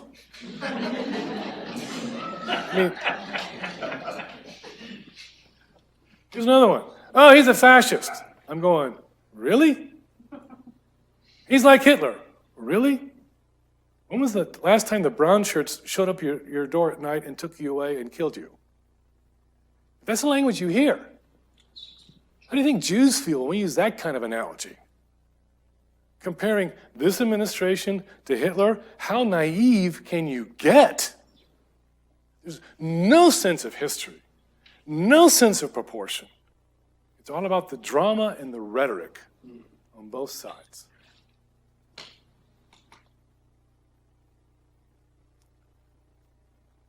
Remember, if you just do a word study of the word remember in the book of Deuteronomy, it's over and over and over again. And it's coupled with the word forget. Remember and don't forget. And what we have in this country is historical amnesia. And so we just dramatize everything to just bizarre stuff on social media. The wisdom of some sense of history. And then there's a key passage in Deuteronomy 10, which we'll come back to, where God says, I love them. And that's how I want you to love them. So we'll come back to that. So let's talk about historical memory. Political cartoon. 1880s. I want you to look at this political cartoon. What you find is a wall. Someone's just made it over. Now what you find here is the Know Nothing Party. It actually was a political party. Most people don't even know this. In the 1800s, which was founded on anti-immigration. The Know Nothing Party. Just look it up. They actually ran candidates for the presidency. We forgot about that one, didn't we? This is in light of the Chinese Exclusion Act. Look at the caricature of the Chinese. Right? One's just made it over, but someone has just kicked off the ladder so they can't get across. Now, what we're seeing then is to exclude this particular ethnic group, and this is what triggers the Chinese Exclusion Act. But look at the concept of a wall. At this time, the wall is just a metaphor. It's just a concept. But now it's a reality. See, there's nothing really new under the sun. The thing that has changed is the color of the skin, maybe. But the concepts, this goes back 100 years. Look at this one. How many of you are from Irish background? Okay? Let me be very crass, just to make my point. This is who you are. You're an animal. You're uneducated. You're violent. Look at the violence. Got a gun and a knife that's dripping blood, and another knife in the belt with a bludgeon also in the belt, and the man cowering in fear. You can see that this Irishman is like an animal. This was the caricature of the Irish. This is my grandfather, my father's father, was an Irish immigrant. Came to this country, went to Montana to be a cowboy. Go figure. And then he goes to Boston. Irish Catholics, they all come from Boston, right? And my grandmother, mail order bride.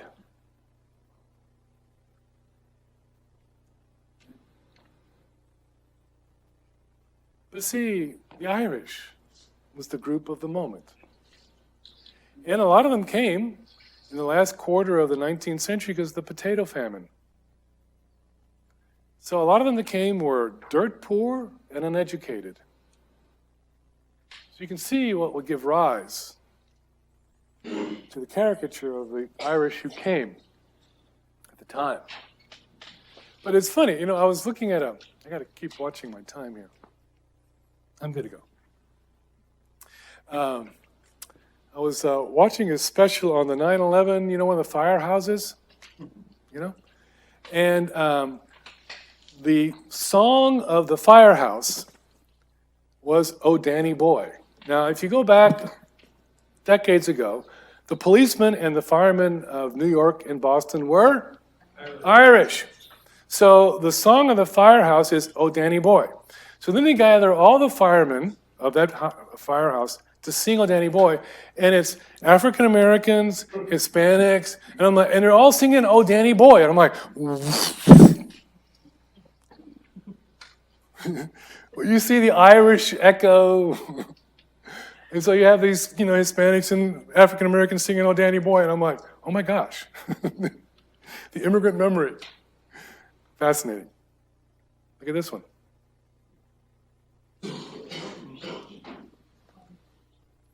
It's a picture of Italians. Ellis Island. Oh, they're all men. Why do you think they're all men? Coming for work. The next slide kind of epitomizes it all. About the same time, around 1890, here it is. United States of America, admittance-free, walk-in, welcome, but look at Uncle Sam. That's the narrative. Statue of Liberty. This is the reality sometimes. Look at the caricature of the immigrant. The face, the beard, the nose, the yarmulke. This is probably an Eastern European Jew. He's carrying the bag of poverty and a bag of disease. And on the back, Sabbath desecration, okay, which is, you can tell it's 19th century. And then he also is bringing anarchy. This is the national narrative. Welcome, but we're not sure we want you.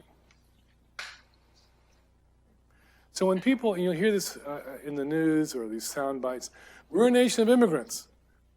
Okay. So is every country in the world, actually. But okay, I'll give you that. But let's just talk about immigrant history. It's pretty complicated. And there's been times when it's not been very good, if we're honest. But this country is an amazing country because this country will absorb. Okay? So, talking about the Hispanic thing. So all of a sudden now, you find, Mexican restaurants, and we're going to go to a Cuban restaurant after this, so that's why I want to make sure I finish on time. The food. Crossover actors and actresses. Baseball's like 40% Latino. MLS soccer, going crazy. Okay? Burritos. The loan words, taco. That's not an English word. Where do we get? It's a loan word. Right? Every country, every language does it. We pick words off of other languages. Burrito, taco, all this stuff. Right? That's not English. Right? Au revoir. Well, that's English, isn't it? No, it's actually French.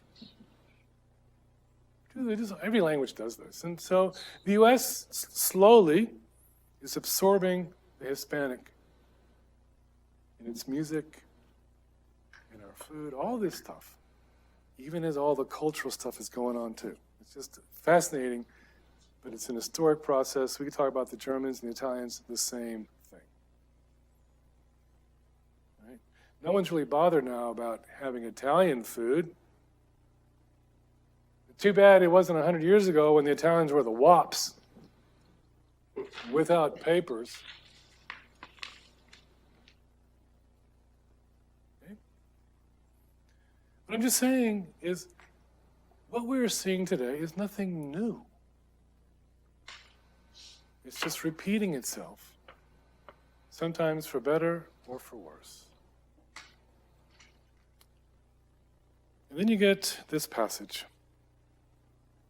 For the Lord your God is God of gods and Lord of lords, the great God, mighty and awesome, who shows no partiality and accepts no bribes. He defends the cause of the fatherless and the widow, and he loves the alien, giving him food and clothing. And you are to love those who are aliens. For you yourselves were aliens in Egypt. Now look at that. He loves them by giving them food and clothing.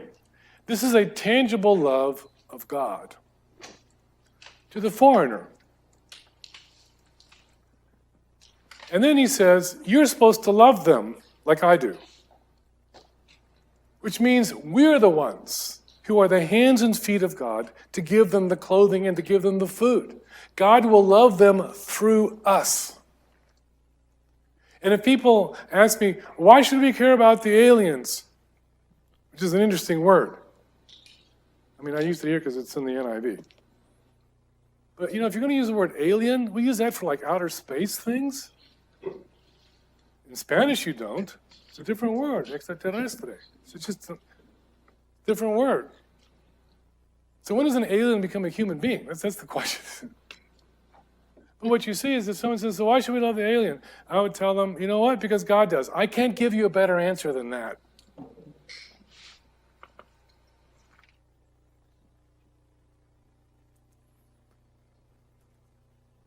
Fascinating, isn't it? God loves vulnerable people. If I were to ask every one of you who've come to faith in Christ, why do you believe in Jesus? You would tell me a story of woe. A moment in your life when things went desperately wrong. Maybe it was your marriage. Maybe a child got sick. Or maybe it was an accident. Maybe it was cancer. You will tell me a tale of woe. A broken relationship. And that's all fine. I mean, that's how I came to faith. And that's one kind of vulnerability. But people are also economically vulnerable, socially vulnerable. And God cares for people in need. He wants to bless them and bring them to himself. And we become his mouthpieces and his hands and feet. I'm giving you a lot of information. I hope it's okay. Let me go to Jesus. Got to do that. Let me just spend a little time in Jesus. And you've heard this. Jesus begins his life as a refugee. He's born, and Herod is worried. He hears that the king will come from Bethlehem, and this is where this boy is going to be born. So the idea is to kill the boys of the town, the baby boys. So Mary and Joseph pack up and they go to Egypt. A couple 100 miles on foot. And we know that there was a large Jewish community in Alexandria in Egypt. So they probably went to Alexandria to stay with Jewish, maybe extended family, or maybe just other Jews that they didn't know. How long, we're not sure. Probably wasn't that long, but they come back. But Jesus' life begins as a refugee. Interesting. But when we go to his teaching, he doesn't talk about migration. He talks a lot about people who are different. Right? He talks about and engages women and the sick, the very sick. He'll work and talk with and deal with Gentiles. Right? But he's not dealing really with the migration thing. But a lot of what he talks about in terms of those who are vulnerable and different, from that we can learn about how to apply that to immigrants. But then there's the story of the Good Samaritan. And most of us think we know the story, but maybe we need to read it again. If you remember the story, there's a man going from Jerusalem down to Jericho, and if you've been in Israel, you know you have to go down. And as you know, the story goes, he's attacked by robbers and left on the side of the road to die. And some Jewish leaders come by, but they stay away. You've probably heard sermons about this. But let's backtrack and begin to ask, what triggers this story? Well, it's an exchange Jesus has with a man who's very self-confident in his Jewish faith. And he says, what should I do to inherit eternal life? And Jesus says, well, you need to do what God demands of you and to love him with all your heart, mind, and soul. I got that one. And, to love your neighbor as yourself. And so he asks the question, well, who's my neighbor? So Jesus tells the story. And as you know, the Samaritan is coming along, and the Samaritan is the one who stops and helps the Jew. And he cleans him up and puts him on his donkey and leaves him at an inn. I'll pay for whatever needs to be done. You know how that goes. But here's the question Jesus asks. Who was the neighbor to the man who had been robbed? Interesting question. Because the answer is the Samaritan. That was the point of the story. who is my neighbor that I am supposed to love? Jesus' question, who was the neighbor to the man who was hurt? Who is the neighbor you were supposed to love? The Samaritan. Because you know what? He helped the man who was hurt, and none of your people did. That's what he's telling you. But the Jews and the Samaritans, for centuries, had hated each other. So Jesus is saying, who is the neighbor you're to love? The people you hate. That's who you love. He can't even bring it to himself to say Samaritan. He goes, oh, the guy who helped the other guy. Interesting, isn't it? The point of the story, the primary point, is to love the neighbor. And the neighbor is the man who helped. And the neighbor who helped was the man they hated. What a twist of the story. It's not just about helping the one who's in need. It's about loving the one that we hate. Because you know what? You may be a nice person. The Samaritans. Interesting, isn't it? Where did Jesus get that concept? Well, loving your neighbor as yourself actually goes back to Leviticus 19. You mean something good comes out of Leviticus? Actually, yes. In Leviticus 19, it'll say early on in the passage, love your neighbor as yourself. But the neighbor in that passage is probably a fellow Jew, like literally your neighbor. Okay? But if you keep reading Leviticus 19, you get down to verse 34, say, you will love the foreigner as yourself.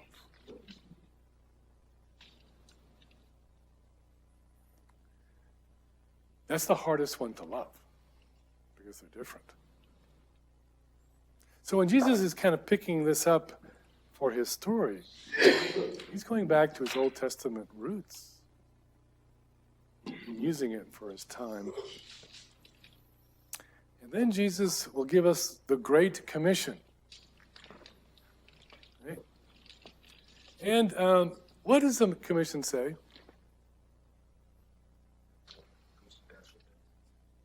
Okay, where are we supposed to go? Right? What's the phrase?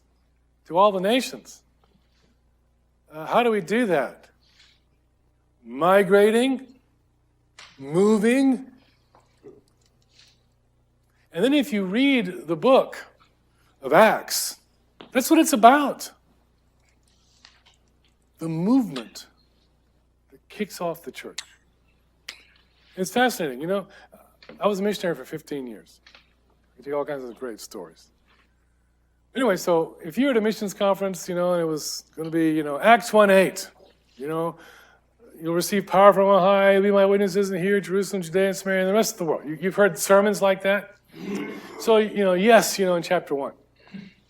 And then in chapter 2, the Spirit comes, and they don't go anywhere. In chapter 3, they're not going anywhere. Chapter 4, they're still sitting there. Chapter 5, they're not moving. Chapter 6, 7, finally in chapter 8, some of them, are forced out. And then what happens is, Peter has this dream. And Cornelius, who's the centurion, the Roman, sends his servants to bring Peter. And Peter has this dream, 3 times of the unclean food. And then, they take him, and Peter, sees the Spirit come upon Cornelius' household, and he comes back and he tells the rest of the believers in Jerusalem, you won't believe what I just saw. Even the Gentiles believe. And you're like, that was actually chapter 1. So what you begin to see is even they have to learn to love others as they themselves migrate. And then in chapter 15, there's this big conference. So, Paul comes and they're having to deal with, what are we going to do with all these kind of Gentile believers? Well, what are we going to do with that? We're going to do with a multicultural church. Oh my gosh. And so they kind of work it out. But one way of reading the New Testament is to read it as a series of letters to multicultural churches with problems. Why does he have to say, in Christ there is neither Jew nor Greek? Why would you even have to say that if it weren't a problem? Galatians chapter 1. Peter now is refusing to eat with the Gentiles until Paul comes and scolds him. Do you see the ethnic thing going on? Even in the early church, we're dealing with this stuff. But that's the news that we have in the New Testament. That in fact, in Christ, there is no Jew nor Greek. That we can become one in Christ and transcend those things. But you know what? Because of the letters that the apostles write, we know it won't be easy. And then what I'll hear too as I speak, the vision in Revelation chapter 7, we're all standing around the throne, worshiping God in their languages. I go, that's great, but that's not what we got going on now. So how do we get from here to there? That's the question. And that's very hard and awkward. One thing is how you do it with your neighbor, maybe from somewhere else. Another thing is how you do it in the school system, because they're all over the place in the school system. Another is maybe at your work. Another is maybe in your church. It's all very awkward and hard. But it's kind of a divine call. Migration in the Bible. It's everywhere. From Genesis all the way through the letters of the New Testament church. It's the thread that goes throughout the scriptures. And that's why we need to start to pay attention.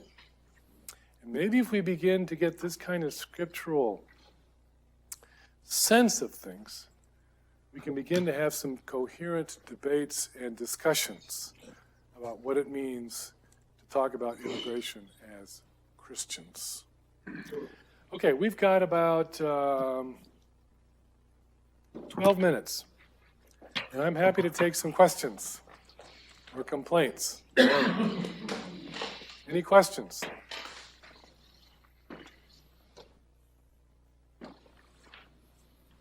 Yes. How would you suggest people start to engage in this holistic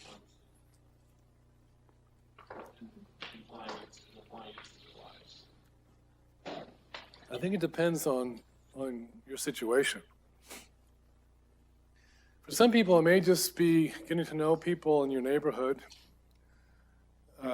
If you live in a homogeneous neighborhood, that's not going to work. So now you've got to make an effort. If you see it as a divine call, then you'll begin to make the effort. It may be, volunteering in a local school system. Or it may even work itself up to, being an advocate or something in an immigration center. What churches have done sometimes are ESL classes, or they'll have maybe once a month a medical clinic, because undocumented people can't get health insurance. That kind of thing would be what I would say to begin. The thing that I think we need not to do is to limit the discussion to the politics. That's going to be part of the equation, but we have a job to do in our local communities. And what happens sometimes, this is where, Dr. Cooper and I were talking this afternoon, or this morning, I guess it was.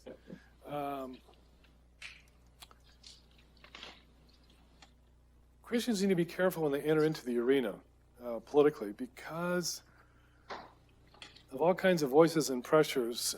We will tend to either compromise some beliefs to the right or to the left, depending on what your choice is. And that's dangerous. So I would say, it's to learn to develop some discernment. If you decide for the Republican Party or the Democratic Party or whatever, do it with some wisdom and some discernment. They are not Messiah, strangely enough. They're fallen, and both sides want power, and power corrupts. And we can work, but we need to do it with wisdom and realism. This is going to take a lot of compromise and hard work and negotiations, which are the very things this country doesn't want to do. Is no one wants to negotiate or compromise at all. It's all about fight to the death and I'm going to destroy you. That's the politics of today, which isn't helpful, especially on a topic like this. You know, we've been talking about immigration reform since I came into the discussion. Even before I came in, I've been in the discussion since 2007. It hasn't moved much. And what we find is, nuestra gente, our people, are used as political footballs. You know, we forgot that Obama deported more than 2.5 million people. We used to call him the deporter-in-chief. We forgot that one. And I'm very against what Trump is doing. I mean, it's a curse on both your houses. You've used us for your own political ends. Why don't you help us? I'm starting to preach now. Yes. Yeah, so I live in Charleston, South Carolina, which is a highly developing area. So do you have any biblical examples off the top of your head about gentrification? Talk about immigration, but what about when people groups get forced out within, country boundaries? Immigrants who are being forced out, or just natives who are being forced out? Natives. Yeah, I would say that's a different ethical discussion.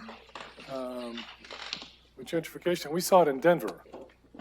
You know, so some people like gentrification. The only thing was, in Denver, part of that was happening in historic African-American neighborhoods. So, so the African-Americans who'd been there for a century were being pushed out and down, it's called Colfax in Denver. And so, yeah, I mean, but that's a different ethical discussion. The thing that's helpful, so this is where I'll say thank you for it. If you go to Old Testament law, it will actually group widows, orphans, and the poor and the foreigner together. You see, because they're the ones who are most vulnerable economically, socially, and politically. And the Old Testament puts them together. So in one sense, you can't separate discussions of poverty from immigration. I mean, they're going hand in hand. You can't separate, economics. They come because they're jobs. Right? So they become very complicated discussions, but they're interrelated discussions. So thanks for even asking the question. Oh, no, not Dr. Nehemiah. Actually coming in from a student who's watching Oh, okay. works at Samaritan's Purse. Okay. Just wanted everyone to know that they have a new initiative at the Mexican border you can see a video on, which they feel like it's a new type of international response on a domestic border. Okay, thanks. Yes? I have a question. So in Ezekiel 47, they talked about in the future the foreigners can live with them, and then once they are born, they are to be treated as native born Israelites. Right. They're going to have inheritance. They're going to inherit the land. So that kind of a step up from the Mosaic law on the treatment of it is, right? I think so. Yes. Yes. So why by then there is a step up, like they get a better treatment from the Mosaic time? And also, is the Ezekiel passage kind of a base for right now our current policy, American policy on like what if the baby is born in here, they get the citizenship? Because I vaguely remember like Trump used to say that now many countries do that. Like they will hand you citizenship just because. Right. Can you use your microphone or repeat the question? Well, I'll repeat it. Yeah, the question, if I can summarize, she's asking about Ezekiel 47, which talks about a future time when the foreigners can actually own land and become like the native born. So how does that fit into what we've been talking about? The second question related to that was about, in this country, for instance, it's actually the 14th Amendment, where if you're born in this country, you're an automatic citizen. So let me answer both of those. What you find in the Bible is a trajectory. See? Things, because of revelation, will move to better and better things. So it's not surprising that the hope of the future is better than what they were living. It's kind of like when you get into Isaiah chapter 2, the nations are streaming to Zion to worship God. This is kind of the same kind of idea. You see it in Zechariah 14 and other passages where they're coming to Zion in ways that you never see in the Old Testament. But in the future, it will be that way. So then the question is, that is supposed to happen with the coming of Messiah. Well, Messiah has come. So now we need to begin to have those kind of conversations.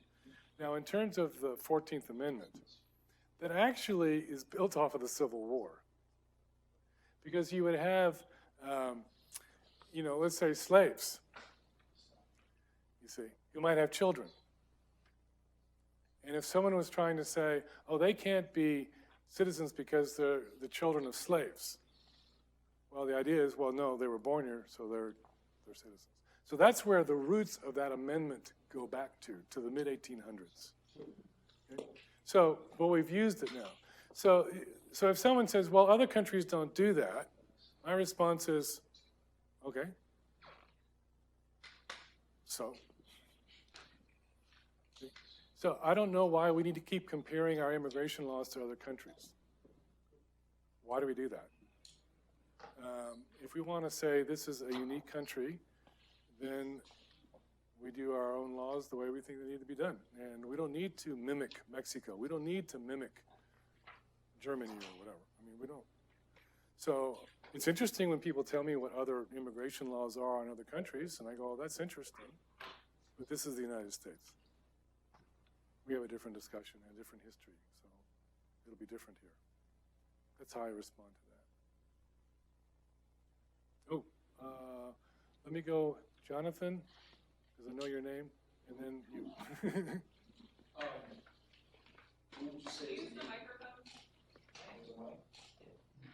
Hold it down. It'll turn green and keep holding it.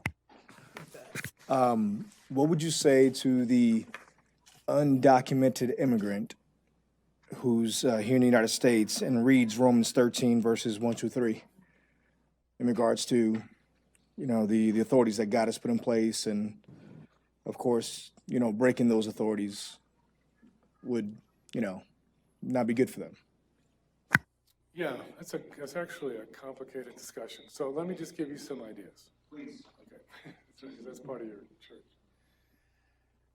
This is where we have to begin to ask the question, if a law is not good, what do we do with it? Now, one of the nice things about the United States is when we don't like a law, we change it. We do this all the time.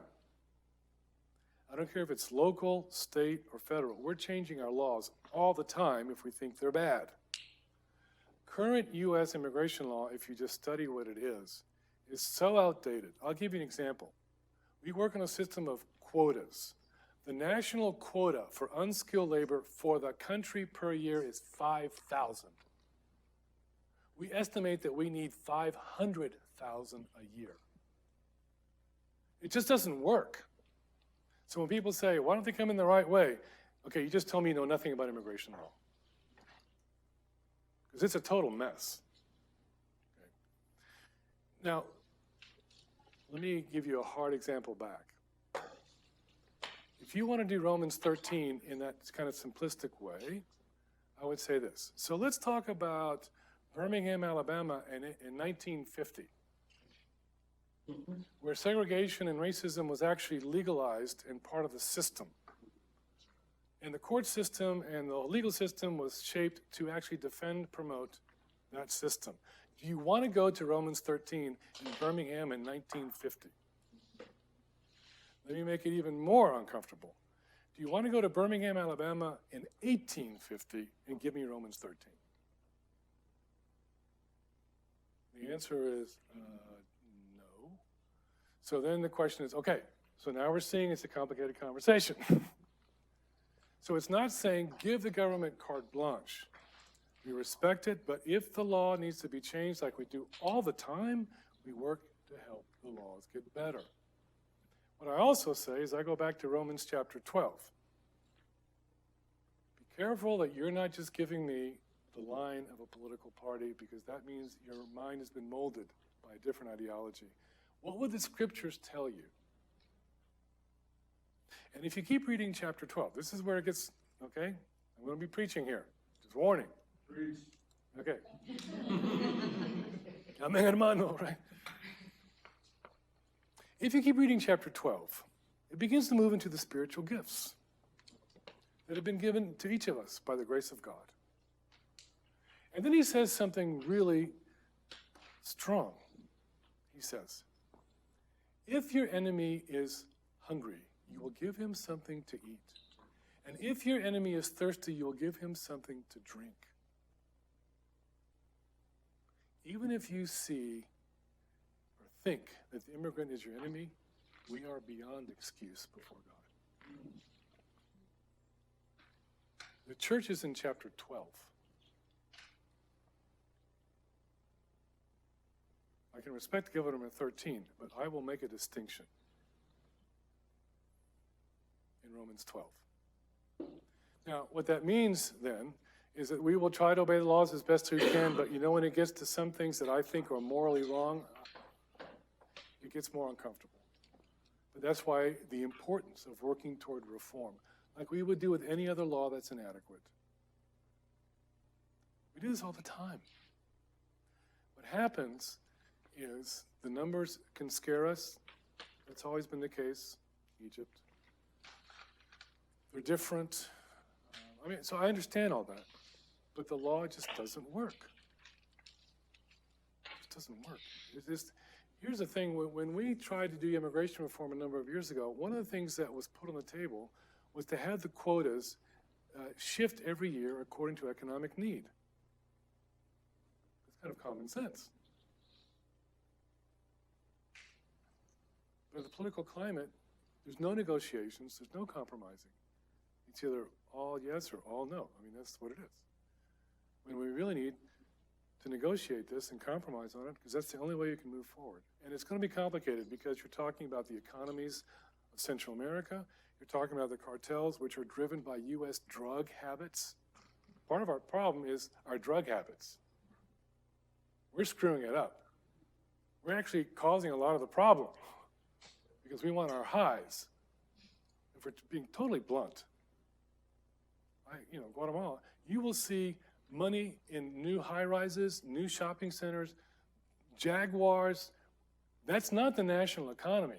Guatemala is a major drug laundering place. They've penetrated the police and the army, and it's driven by U.S. drug habits. I'm just being honest. The violence in Guatemala is not the violence of the civil wars we had in the 60s all the way to 1996. It is drug violence, like you don't even see in this country.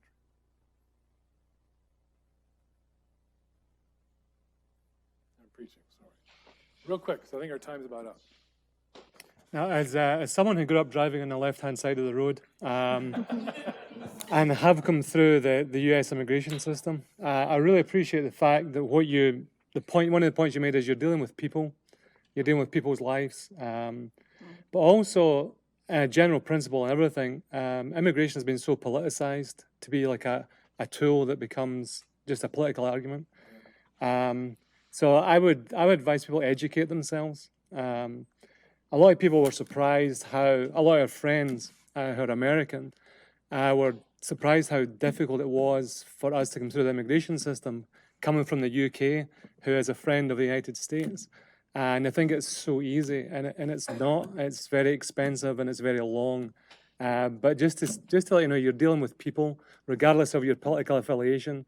So just educate yourself in the process and what it actually means for people to come and had to go through that system to end up living and residing in the US. Like it took us 12 years. I mean, I'm a resident alien, so I know the alien term. But it took us 12 years to get from arriving until having residency, permanent residency, and that's a lot of difficulty, a lot of instability.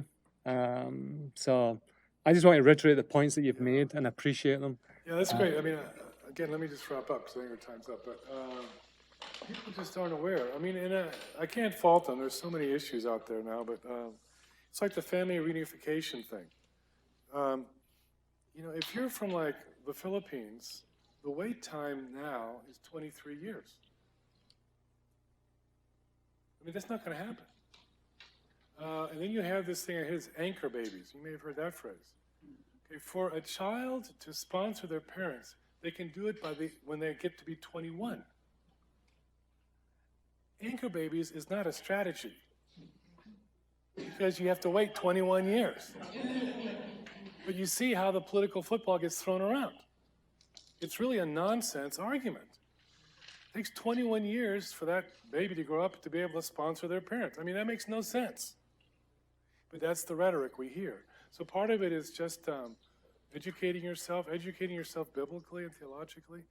And then I think, I don't want to demonize those who disagree with me. I mean, issues of national security, that's very important.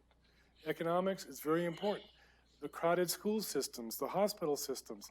I mean, you name it. It is very complicated, and we need to have enough courage and enough hospitality to negotiate each of those difficult things. So people who complain about immigration, they have the right to complain, because you know what? These are real problems. I don't agree with their solutions, but they are looking at real stuff. So why don't we talk about the real stuff as Christians? Okay, I think my time is up. Is that correct? Thank you. Yeah, thank you. I'm over time.